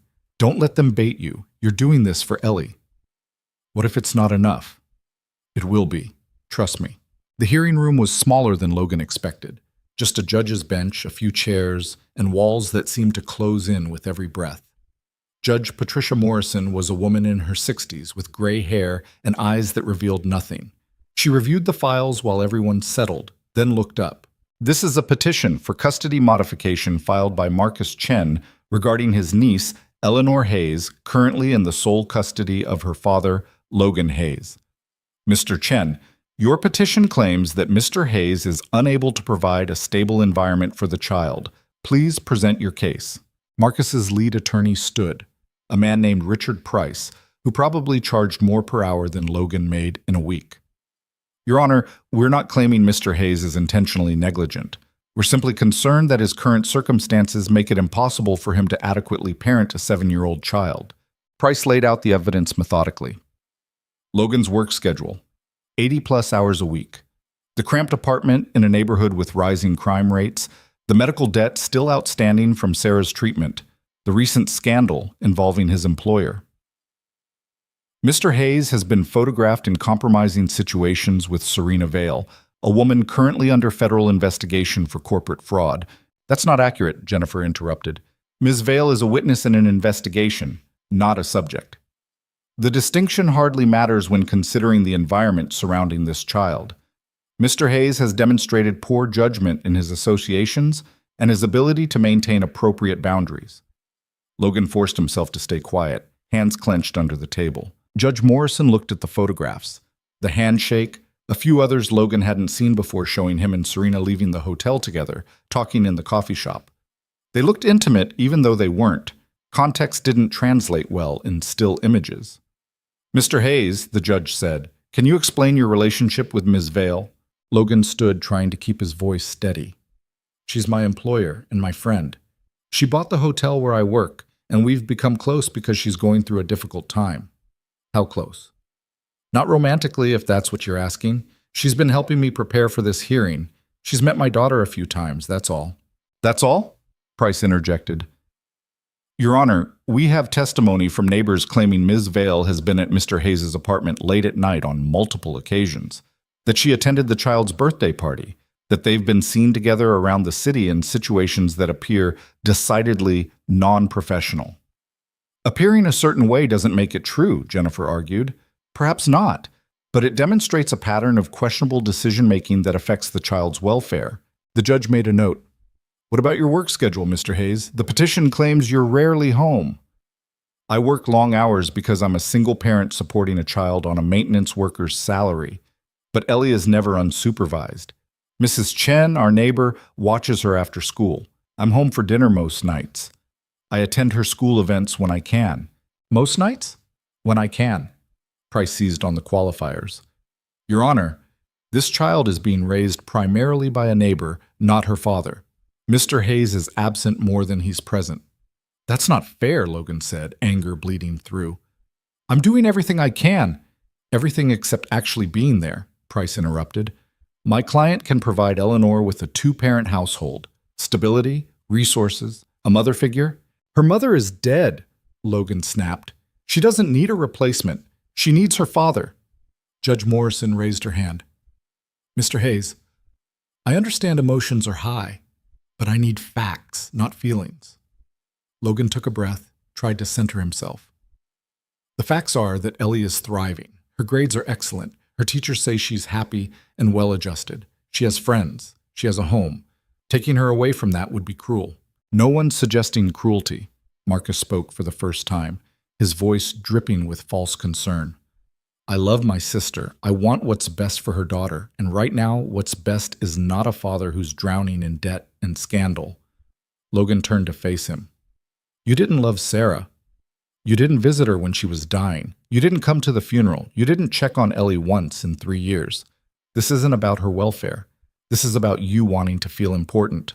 That's enough, Judge Morrison said sharply. Mr. Hayes, control yourself. Jennifer put a warning hand on Logan's arm, but the damage was done. He'd let Marcus get under his skin, and now he looked unstable. Price smiled. Your Honor, this outburst demonstrates exactly what we're concerned about. Mr. Hayes is under tremendous stress, and it's affecting his judgment and behavior. The judge looked tired. I'm going to hear from the child's current caregiver. Mrs. Chen, please take the stand. Mrs. Chen had dressed up for court, wearing a suit that looked decades old but carefully maintained. She was nervous. English was her second language, and she kept twisting her hands. But her testimony was clear. Ellie was a good kid. Logan was a good father. They were a family. Does Mr. Hayes seem stressed to you? Price asked during cross-examination. Of course he's stressed. He's a single parent working too many hours for not enough money. Who wouldn't be stressed? Has that stress ever manifested in anger toward Eleanor? Never. Logan would die before hurting that girl. What about his relationship with Ms. Vale? Does that concern you? Mrs. Chen hesitated and Logan's heart sank.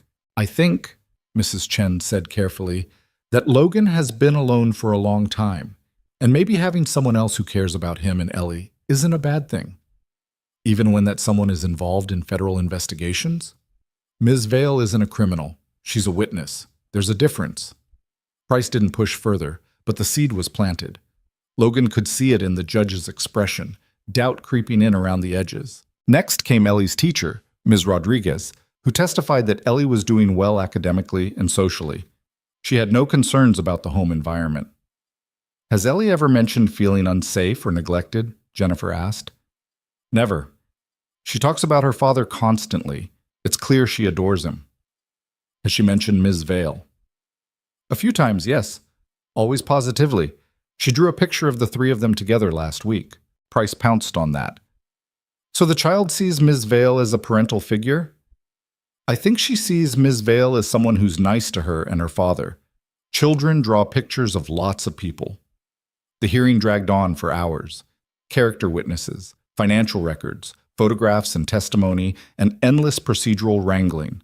By the time they broke for lunch, Logan felt like he'd been beaten with hammers. He sat in the hallway outside the courtroom, head in his hands, while Jennifer made calls and Marcus whispered with his lawyers nearby. Logan's phone buzzed. Text from Serena. How's it going? He called her instead of texting back. She answered immediately. Logan, what's happening? I don't know. It's bad. They're making me look like I'm neglecting Ellie, like I'm some kind of deadbeat using you for money. That's insane. They have photos, Serena, of us together, at the coffee shop, outside my apartment. They're saying we're involved, and it's affecting my judgment. Serena was quiet for a long moment. Then, I can fix this. How? I can testify, clarify our relationship, explain what really happened. No, absolutely not. That'll just make you part of the circus. I'm already part of it. Nathan made sure of that. Her voice was firm. Let me help, Logan. Let me do something useful for once. Your trial starts next week. You can't afford more media attention. I can't afford to let you lose Ellie because you helped me. Before Logan could argue further, Jennifer appeared. We're resuming in 5 minutes. You ready? Logan told Serena he had to go and hung up, feeling more helpless than ever. The afternoon session started with Marcus himself testifying. He painted a picture of concern and family duty, how he'd watched from afar as Logan struggled, how he'd wanted to help but Logan was too proud to accept, how he'd finally decided to intervene when the scandal broke because Ellie deserved better. It was all lies wrapped in just enough truth to sound convincing. I can give Eleanor stability, Marcus said, looking directly at the judge. 2 parents, a house with a yard, private school, everything Logan wants for her but can't provide. And you believe removing her from her father's care is in her best interest? Judge Morrison asked. I believe Logan loves Eleanor. But love isn't always enough. Sometimes children need more than good intentions. Logan wanted to scream, wanted to stand up and list every way Marcus was full of it, but Jennifer had warned him, outbursts only hurt his case. When it was Logan's turn to testify, he walked to the stand feeling like he was walking to his execution. Jennifer took him through the basics first, how Sarah died, how Logan had managed alone, how he and Ellie had built a life together from nothing. Tell me about a typical day with Eleanor, Jennifer said. Logan described their morning routine, pancakes or cereal depending on whether he'd slept, the walk to school, coming home to help with homework, making dinner together, reading before bed. It's not perfect, Logan admitted. I work too much. I'm tired a lot. The apartment's too small, but it's ours, and Ellie's happy there. How do you know she's happy? Because she tells me. Because she smiles when I pick her up from school. Because she still crawls into my bed during thunderstorms, even though she's getting too old for it. Logan's voice cracked. Because she's my daughter, and I know her. Price's cross-examination was brutal. You said you work too much. How much exactly? It varies. Sometimes 80 hours a week, sometimes more. And during those 80-plus hours, who's caring for Eleanor? Mrs. Chen, or she's at school or doing homework.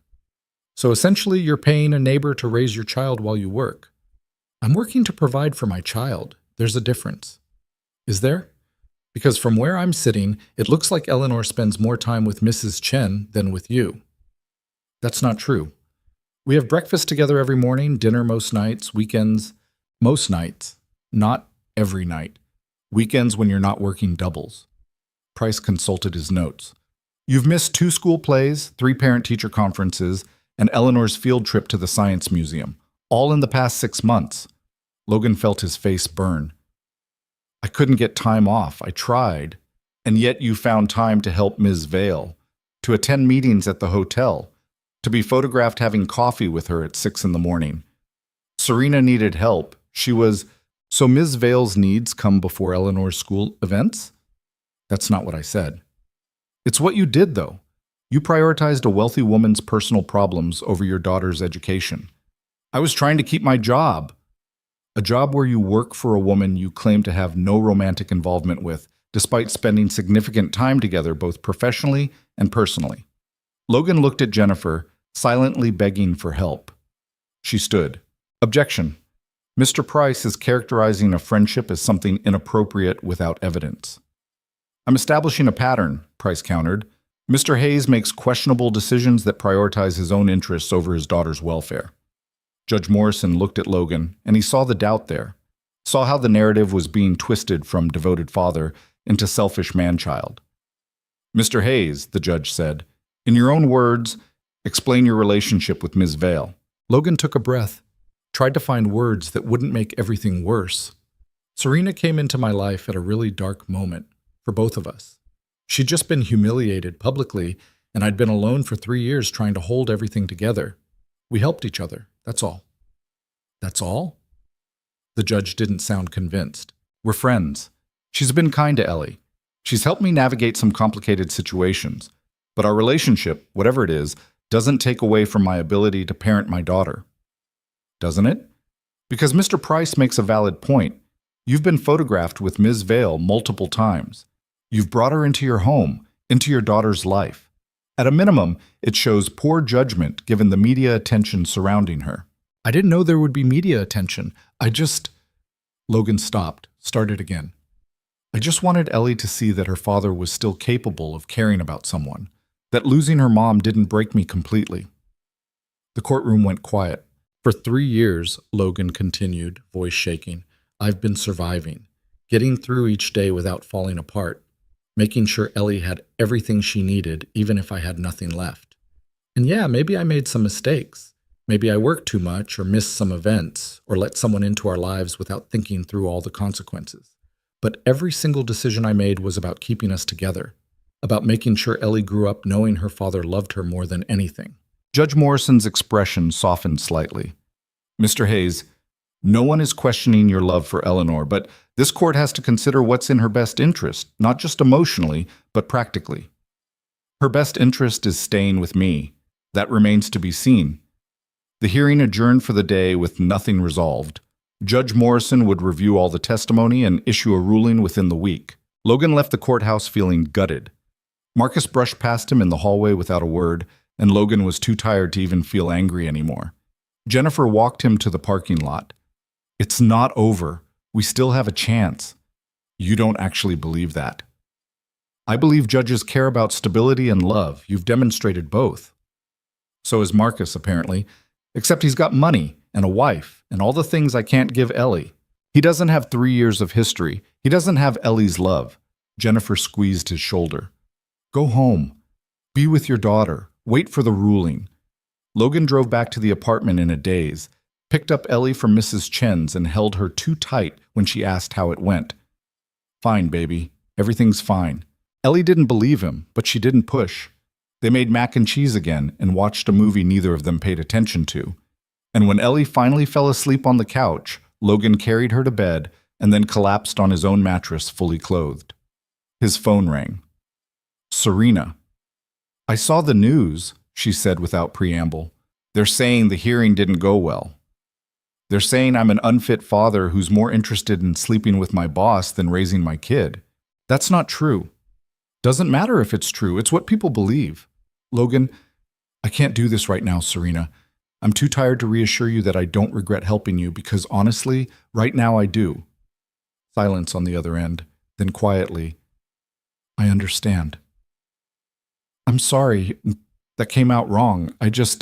No, you're right. I've made everything worse. I should have stayed away from you and Ellie. Should have handled my own mess without dragging you into it. Logan closed his eyes. I didn't mean that. Yes, you did. And it's fair. Serena's voice was thick with tears she wouldn't let fall. For what it's worth, I'm sorry. I'm sorry I met you. I'm sorry I bought the hotel. I'm sorry I exist in a way that ruins everything you've built. Serena, get some sleep, Logan. I'll stay away from now on. Give you and Ellie space to rebuild without me complicating things. She hung up before he could respond. Logan lay in the dark, phone in his hand, and felt the loneliness crash back in like it had never left. For a few weeks, he'd forgotten what it felt like to carry everything alone, to have no one to talk to at the end of brutal days, to face judges and lawyers and Marcus's smug face without anyone in his corner. Serena had been that person, and he just pushed her away because he was scared and angry and looking for someone to blame. He should call her back, should apologize properly, should explain that fear made him cruel sometimes. But he was so tired. So instead, Logan closed his eyes and tried to sleep, knowing that in less than a week, a judge would decide whether he deserved to keep being Ellie's father. And there was nothing he could do now except wait. The next morning, Logan woke up to 17 missed calls, all from Derek. He called back, stomach already dropping. Where the hell have you been? Derek sounded panicked. Turn on the news, any channel. Logan grabbed the remote with shaking hands and turned on the small TV in his bedroom. Every news channel showed the same thing, Nathan Cross in handcuffs, being led out of his office building by FBI agents while cameras flashed and reporters shouted questions. The headline scrolling across the bottom read, Billionaire Nathan Cross arrested on federal fraud and racketeering charges. Former fiancée Serena Vale key witness in investigation. Logan's phone rang again. This time it was Serena. Don't freak out, she said immediately. Too late. What happened? The FBI moved up their timeline. They arrested Nathan this morning based on evidence I provided. It's going to trial next month. That's good, right? He's finally facing consequences. It's also going to be a media nightmare. His lawyers are already claiming I fabricated evidence because he broke up with me. They're going to drag my name through everything. Logan thought about the custody hearing, about Marcus's lawyers seizing on Serena's involvement as proof of Logan's poor judgment. This makes everything worse for me, doesn't it? Probably. I'm sorry. Stop apologizing for things you didn't do. Logan, there's something else.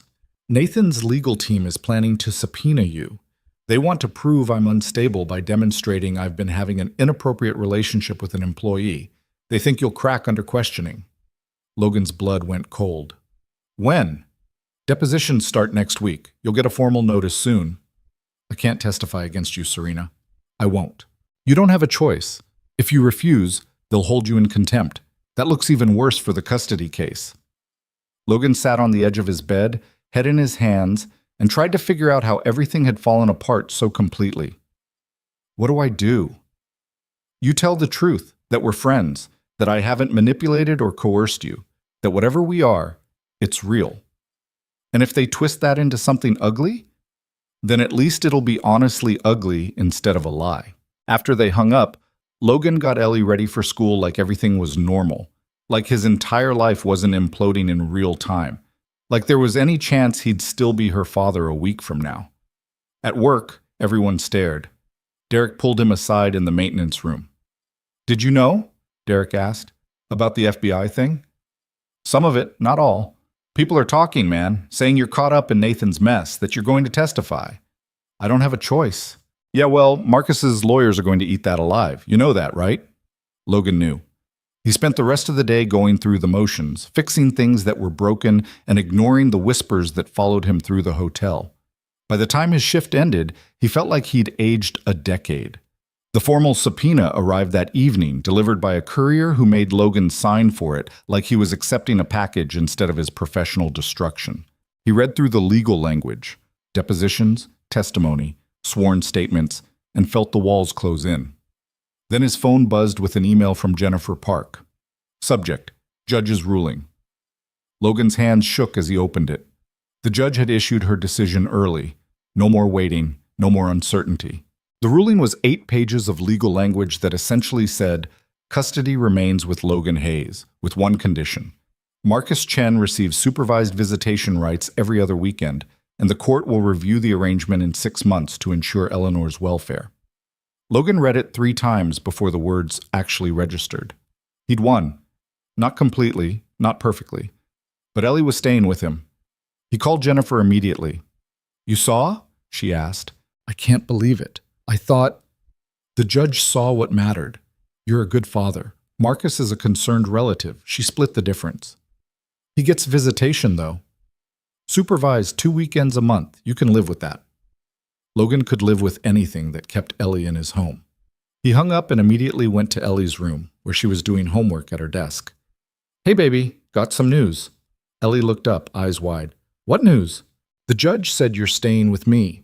Uncle Marcus can visit sometimes, but you're not going anywhere." Ellie's face crumpled, and she launched herself at Logan, crying into his chest. Not sad tears. Relief tears. Fear finally releasing. "I was so scared, Daddy." "Me too, Elle. Me too." They held each other while the apartment settled around them, and for the first time in weeks, Logan let himself believe things might actually be okay. Then he remembered Serena. He called her and she answered on the first ring. "I won," Logan said. "The custody case, I won." Serena's exhale was audible. "Logan, that's incredible. I'm so happy for you. I couldn't have done it without you. The schedule changes, the character reference, all of it. You would have won anyway. You're her father." "Maybe. But it helped having someone believe in me." Silence on the line. Then Serena said quietly, "I meant what I said about staying away. Now that the custody thing is settled, you don't need me making your life harder." "What if I want you making my life harder?" "Logan, I'm serious. These past few weeks have been a nightmare, but they've also been the first time since Sarah died that I felt like I wasn't drowning alone." Logan took a breath. "I know the trial's going to be messy. I know Nathan's lawyers are going to try to destroy both of us, but I'd rather face that with you than face easy things alone." "You don't mean that." "I do. And I think you know I do." Serena was crying now. He could hear it in her breathing. "I don't deserve that kind of loyalty." "Yeah, you do. You just haven't had anyone offer it before." "What about Ellie? What does she think?" Logan looked at his daughter, still clinging to him, and made a decision. "Elle, you want Serena to come over for dinner tonight? Celebrate the good news?" Ellie pulled back, wiping her eyes. "Really? Really?" "Yes, can we make the fancy pasta, the kind with the vegetables?" Logan laughed. "We can try. No promises, it'll be edible." Into the phone, he said, "You heard her. Dinner at 7. Bring wine if you want. We're celebrating." "Logan, are you sure?" "I'm sure. Get over here before I change my mind." Serena showed up at 7:15 carrying flowers for Ellie and wine for Logan, and looking nervous in a way that made her seem younger than 27. They made pasta together, the 3 of them crowding the tiny kitchen, and it was chaotic and imperfect and exactly what Logan needed. Over dinner, with Ellie chattering about school and Serena laughing at Logan's terrible cooking, Logan realized something that should have scared him, but didn't. He was building a family again, not the one he'd lost. Something different. Something that didn't erase Sarah but honored her by proving that loving again was possible. Later, after Ellie went to bed, Logan and Serena sat on the couch with the TV on mute, not really watching, just existing in the same space. "The deposition is Thursday," Serena said quietly. "Nathan's lawyers are going to ask about us. I'll tell them the truth." "Which is?" Logan looked at her. This complicated, brilliant, damaged woman who'd stumbled into his life during a snowstorm and refused to leave even when staying was dangerous. "That you're the first person in 3 years who made me remember what hope feels like, and that whatever label we put on that, it's worth fighting for." Serena leaned her head on his shoulder, and Logan wrapped his arm around her, and they sat like that while Chicago glowed outside the window, and the future loomed uncertain but not quite as terrifying as before. Whatever came next, Nathan's trial, the depositions, the media circus, they'd face it together. And maybe that was enough. The deposition took place in a conference room that smelled like expensive leather and fear. Nathan's legal team had assembled an army, 4 lawyers in suits that probably cost more than Logan's car used to back when he could afford a car. They sat across from him like judges at an execution, notepads open, recording devices running. Logan's own lawyer was just Jennifer Park, who'd shown up in her best suit looking determined but outmatched. Serena wasn't allowed in the room. Federal rules. She waited outside in the hallway, and Logan could feel her worry through the walls. The lead attorney was a woman named Victoria Chen. No relation to Mrs. Chen, though Logan almost laughed at the coincidence. Victoria had the kind of smile that never reached her eyes. "Mr. Hayes, thank you for joining us today. This shouldn't take long if you're honest with us." "I'm always honest," Logan said. "We'll see." Victoria opened her file. "How did you meet Serena Vale?" Logan explained the rooftop, the snowstorm, carrying her inside. It sounded absurd saying it out loud in this sterile room, like he was describing a movie instead of something that had actually happened to him. "And you gave her your jacket?" "Yes." "Why?" "Because she was freezing and I'm not a monster." "Very noble. And when did the relationship become romantic?" "It didn't." Victoria raised an eyebrow. "Mr. Hayes, we have photographs of you two together, holding hands, embracing, spending time alone. We're friends. Friends hug sometimes. Friends don't usually buy struggling hotels to be close to each other. She didn't buy the hotel for me. She bought it because she needed something that was hers, according to you. But from where we're sitting, it looks like Ms. Vale became obsessed with you after you helped her, that she used her wealth to insert herself into your life. Would you say that's accurate?" Jennifer interrupted. "Objection. That's not a question. It's a narrative.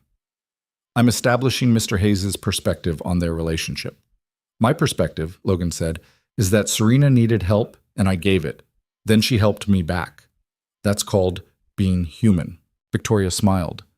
"Is it human to accept thousands of dollars in benefits from someone you're not involved with? Adjusted work schedules, legal representation, access to resources you couldn't otherwise afford?"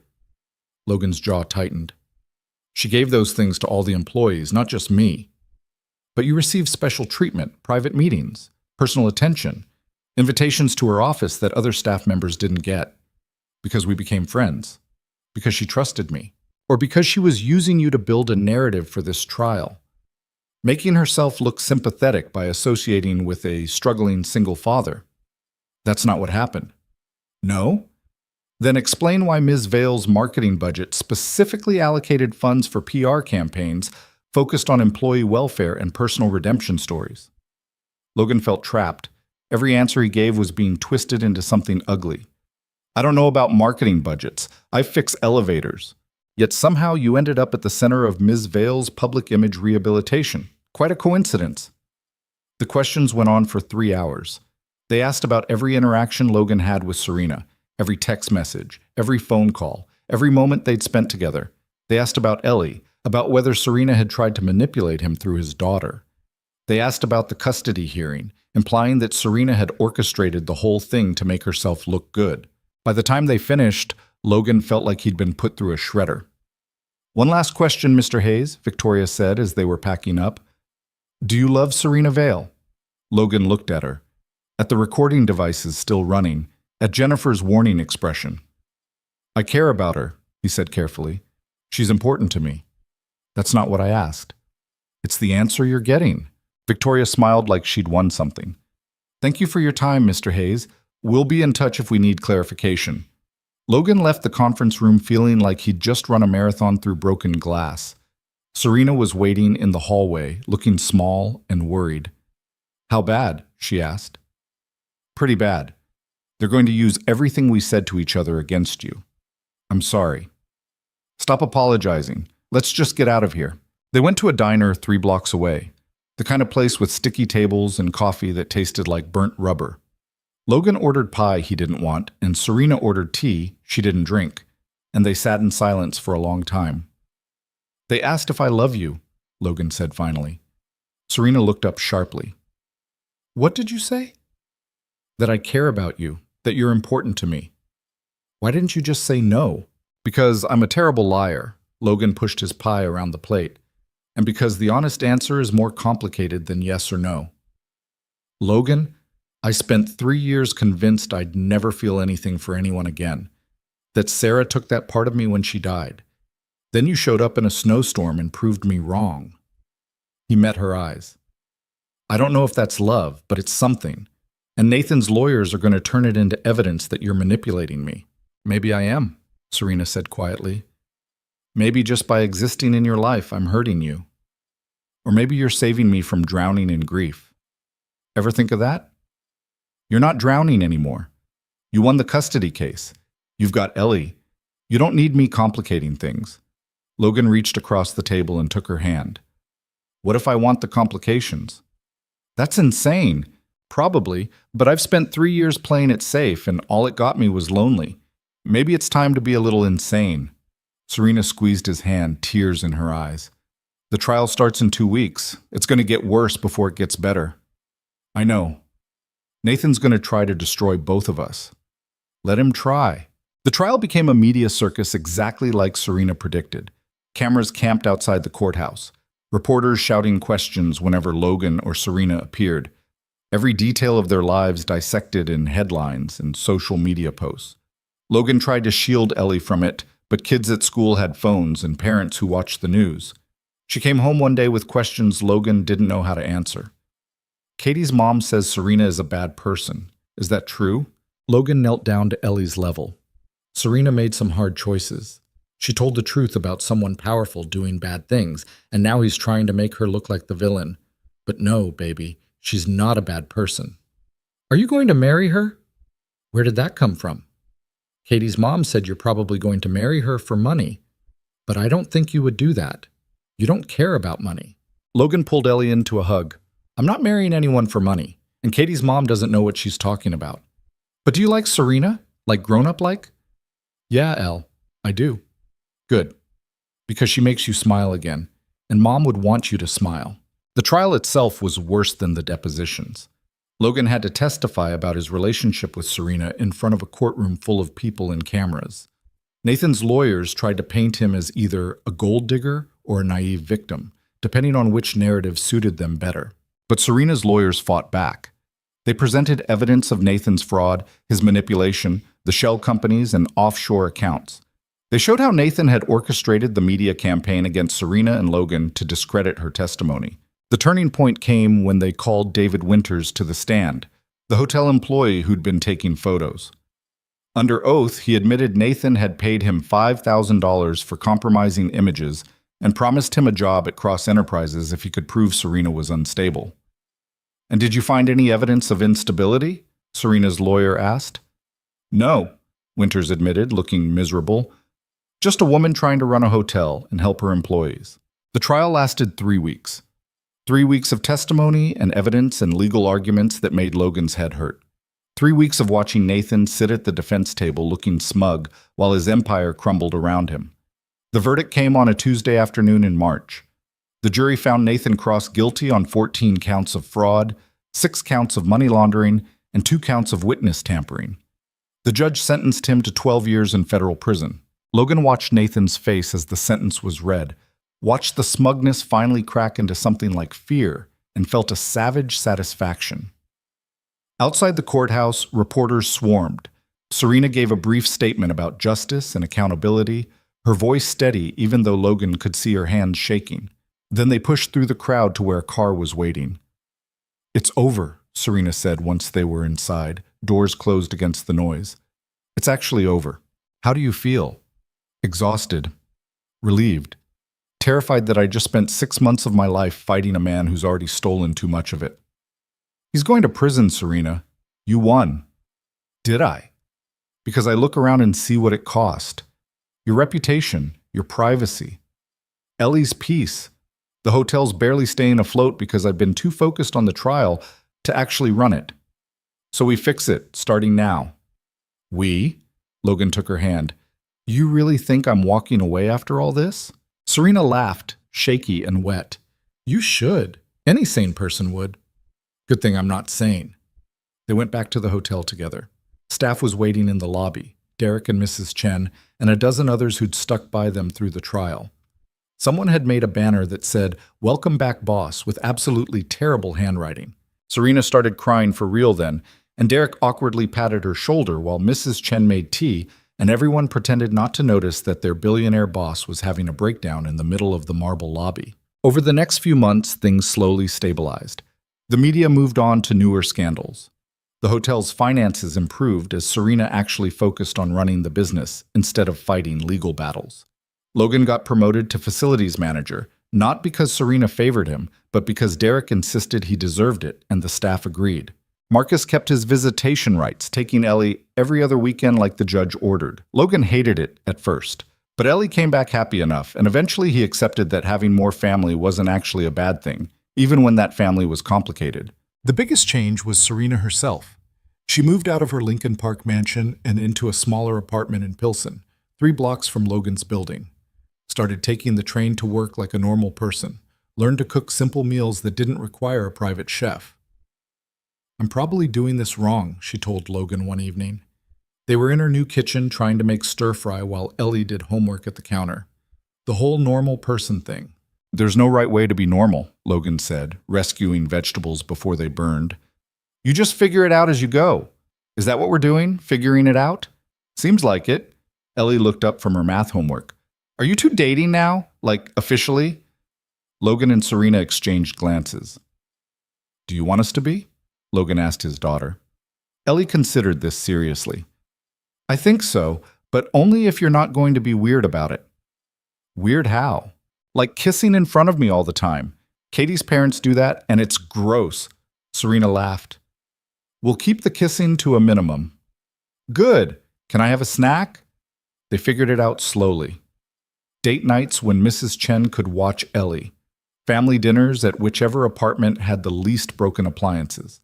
Weekends at the hotel where Ellie loved riding the service elevators and pretending to be a hotel inspector. It wasn't perfect. Logan still worked too much.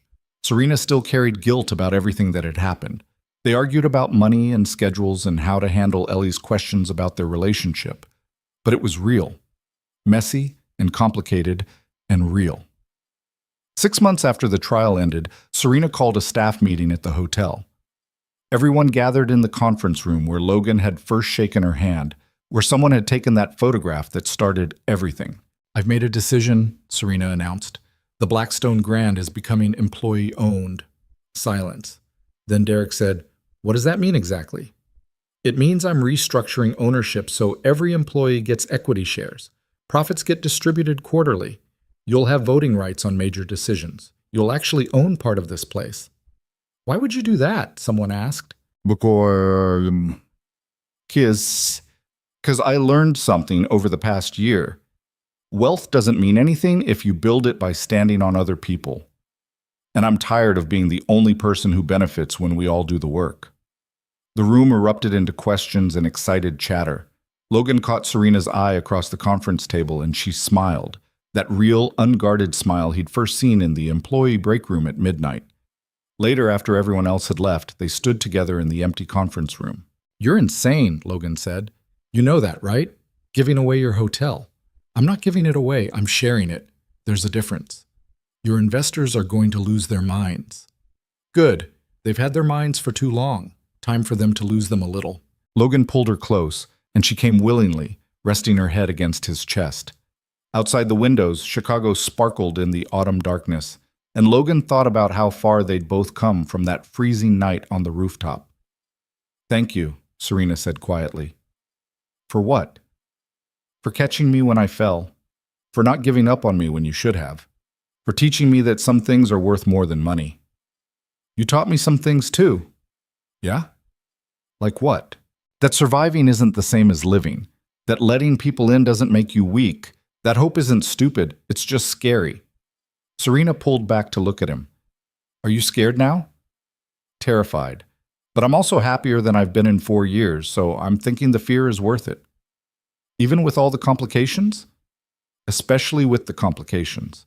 They kissed in that conference room where it had all started, and Logan thought about Sarah, about the wife he'd lost and the promise he'd made to keep living. He thought she'd approve of this, of Serena, of the messiness, of the fact that Logan had finally stopped punishing himself for surviving. Christmas that year was chaos. Ellie insisted on decorating both apartments, which meant twice the mess and twice the terrible homemade ornaments. Marcus came for Christmas Eve dinner, awkward but trying, and Serena's mother showed up unannounced with expensive gifts and opinions about everything. They all crammed into Logan's tiny apartment because it had the better tree, and at some point Derek and Mrs. Chen joined too. And suddenly, it wasn't just dinner, it was a party with too many people and not enough chairs, an absolutely perfect disaster. Ellie loved every second of it. "This is the best Christmas ever," she announced, wearing a paper crown she'd made at school and eating her third cookie. "Even better than when Mom was here." The room went quiet. Logan felt his chest tighten. But Ellie kept talking, oblivious to the tension. "Because Mom was sick that Christmas and couldn't really play. But this Christmas everyone's happy. I think she'd like that." Logan looked around the room, at Serena helping Derek fix the string lights, at Marcus teaching Mrs. Chen some card game, at his daughter who'd somehow grown wise beyond her years. "Yeah, baby," he said, voice rough. "I think she'd like it too." Later, after everyone left and Ellie finally crashed from sugar overload, Logan and Serena sat on the floor surrounded by wrapping paper and dishes that needed washing. "Your daughter's amazing," Serena said. "I know. I didn't do anything to deserve her." "Yes, you did. You showed up every day. You loved her even when everything was falling apart. You taught her that grief doesn't have to break you." "She taught me that too, I think." Logan picked up one of Ellie's drawings from the coffee table, a picture of their makeshift family, everyone holding hands under a Christmas tree. "I spent so long trying to survive that I forgot kids are watching how we handle the hard stuff. Ellie learned how to keep going because I kept going, even when I wanted to quit." "Are you glad you didn't quit?" Logan looked at Serena, at this woman who'd stumbled into his life broken and afraid, who'd somehow become essential to his daughter's happiness and his own sanity. "Yeah, I'm glad." "Me too." They fell asleep on the couch that night, wrapped in blankets that Ellie had draped over them at some point, and when Logan woke up at 3 a.m. with a crick in his neck, he didn't move because Serena was still sleeping against his shoulder and he didn't want to wake her. The next year brought more changes. The hotel thrived under employee ownership. Serena launched a nonprofit focused on helping single parents with job training and childcare assistance. Logan taught himself basic management skills and started mentoring new maintenance workers. Ellie turned 9, then 10, started asking harder questions about life and death and why some people had more than others. Logan and Serena tried to answer honestly, teaching her that fairness was something you built, not something the world handed you. They moved in together eventually, into a bigger apartment with room for Ellie to have her own space, and for Logan's terrible furniture, and for Serena's books that she'd finally unpacked from storage. It wasn't fancy. The radiator still clanged, the neighbors were still loud, but it was theirs. On the anniversary of the night they met, 2 years after the rooftop, after the trial, after everything, Logan took Serena back to the hotel's rooftop. They'd renovated it into an event space, all glass and lights and warmth. "Remember when you thought I was going to jump?" Serena asked, looking out at the city. "Remember when you passed out and I had to carry you downstairs? My hero." She was teasing, but there was affection underneath it. "What would you do differently? If you could go back to that night?" Logan thought about it, about the jacket he'd given her, the choice to help instead of walk away, every decision that had led them here. "Nothing," he said. "I wouldn't change anything." "Not even the parts where Nathan tried to destroy us?" "Not even those, because they taught us what we were made of." Serena leaned into him and Logan wrapped his arms around her, feeling the cold wind and remembering another winter night when they'd both been broken in different ways. "I love you," Serena said quietly.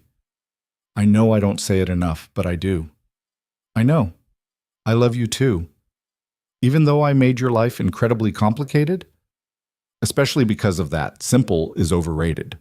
They stood on that rooftop while snow started to fall.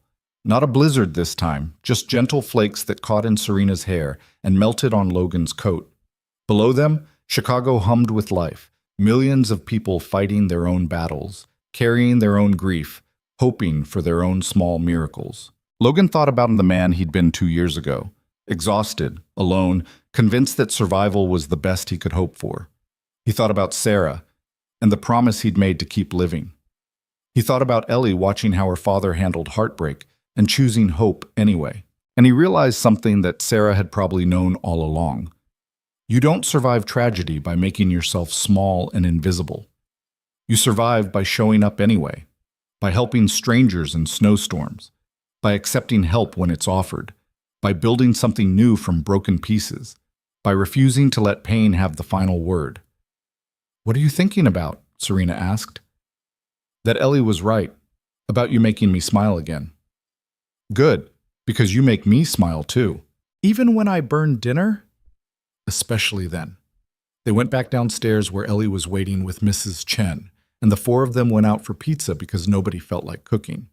It was ordinary and perfect, and exactly the kind of life Logan had stopped believing was possible. That night, after Ellie fell asleep and Serena was reading in bed beside him, Logan thought about writing down everything that had happened, about how a maintenance worker and a billionaire had found each other during the worst moments of their lives and built something that mattered. But then he realized the story wasn't about a dramatic rescue or a fairy tale ending. It was about two broken people choosing each other every day, even when it was hard, even when the world told them they didn't make sense together.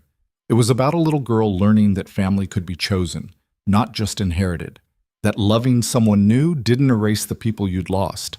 It was about the small, stubborn decision to keep going when everything said stop. Logan fell asleep that night thinking about hope, not the shiny, perfect kind from movies, but the messy, complicated kind that real people built from whatever materials they had left. The kind that showed up in frozen rooftops and custody hearings and employee-owned hotels. The kind that took a man who'd given a stranger his only jacket and turned that moment into a family. And somewhere in the darkness, Logan could almost hear Sarah's voice telling him what she'd said in that hospital room 4 years ago. "Don't let this break you. Don't let it make you small." He hadn't, and now, finally, he understood what she'd meant. Living wasn't about avoiding pain. It was about transforming it into something that helped other people survive their own darkness. It was about carrying your scars honestly while still reaching out to catch someone else when they fell. It was about being the person your daughter needed you to be, even when you didn't know how. It was about second chances and messy families and the revolutionary act of choosing hope when despair would be so much easier. Logan pulled Serena closer, listened to Ellie's breathing through the wall, and let himself believe that maybe, just maybe, they'd all finally found their way home.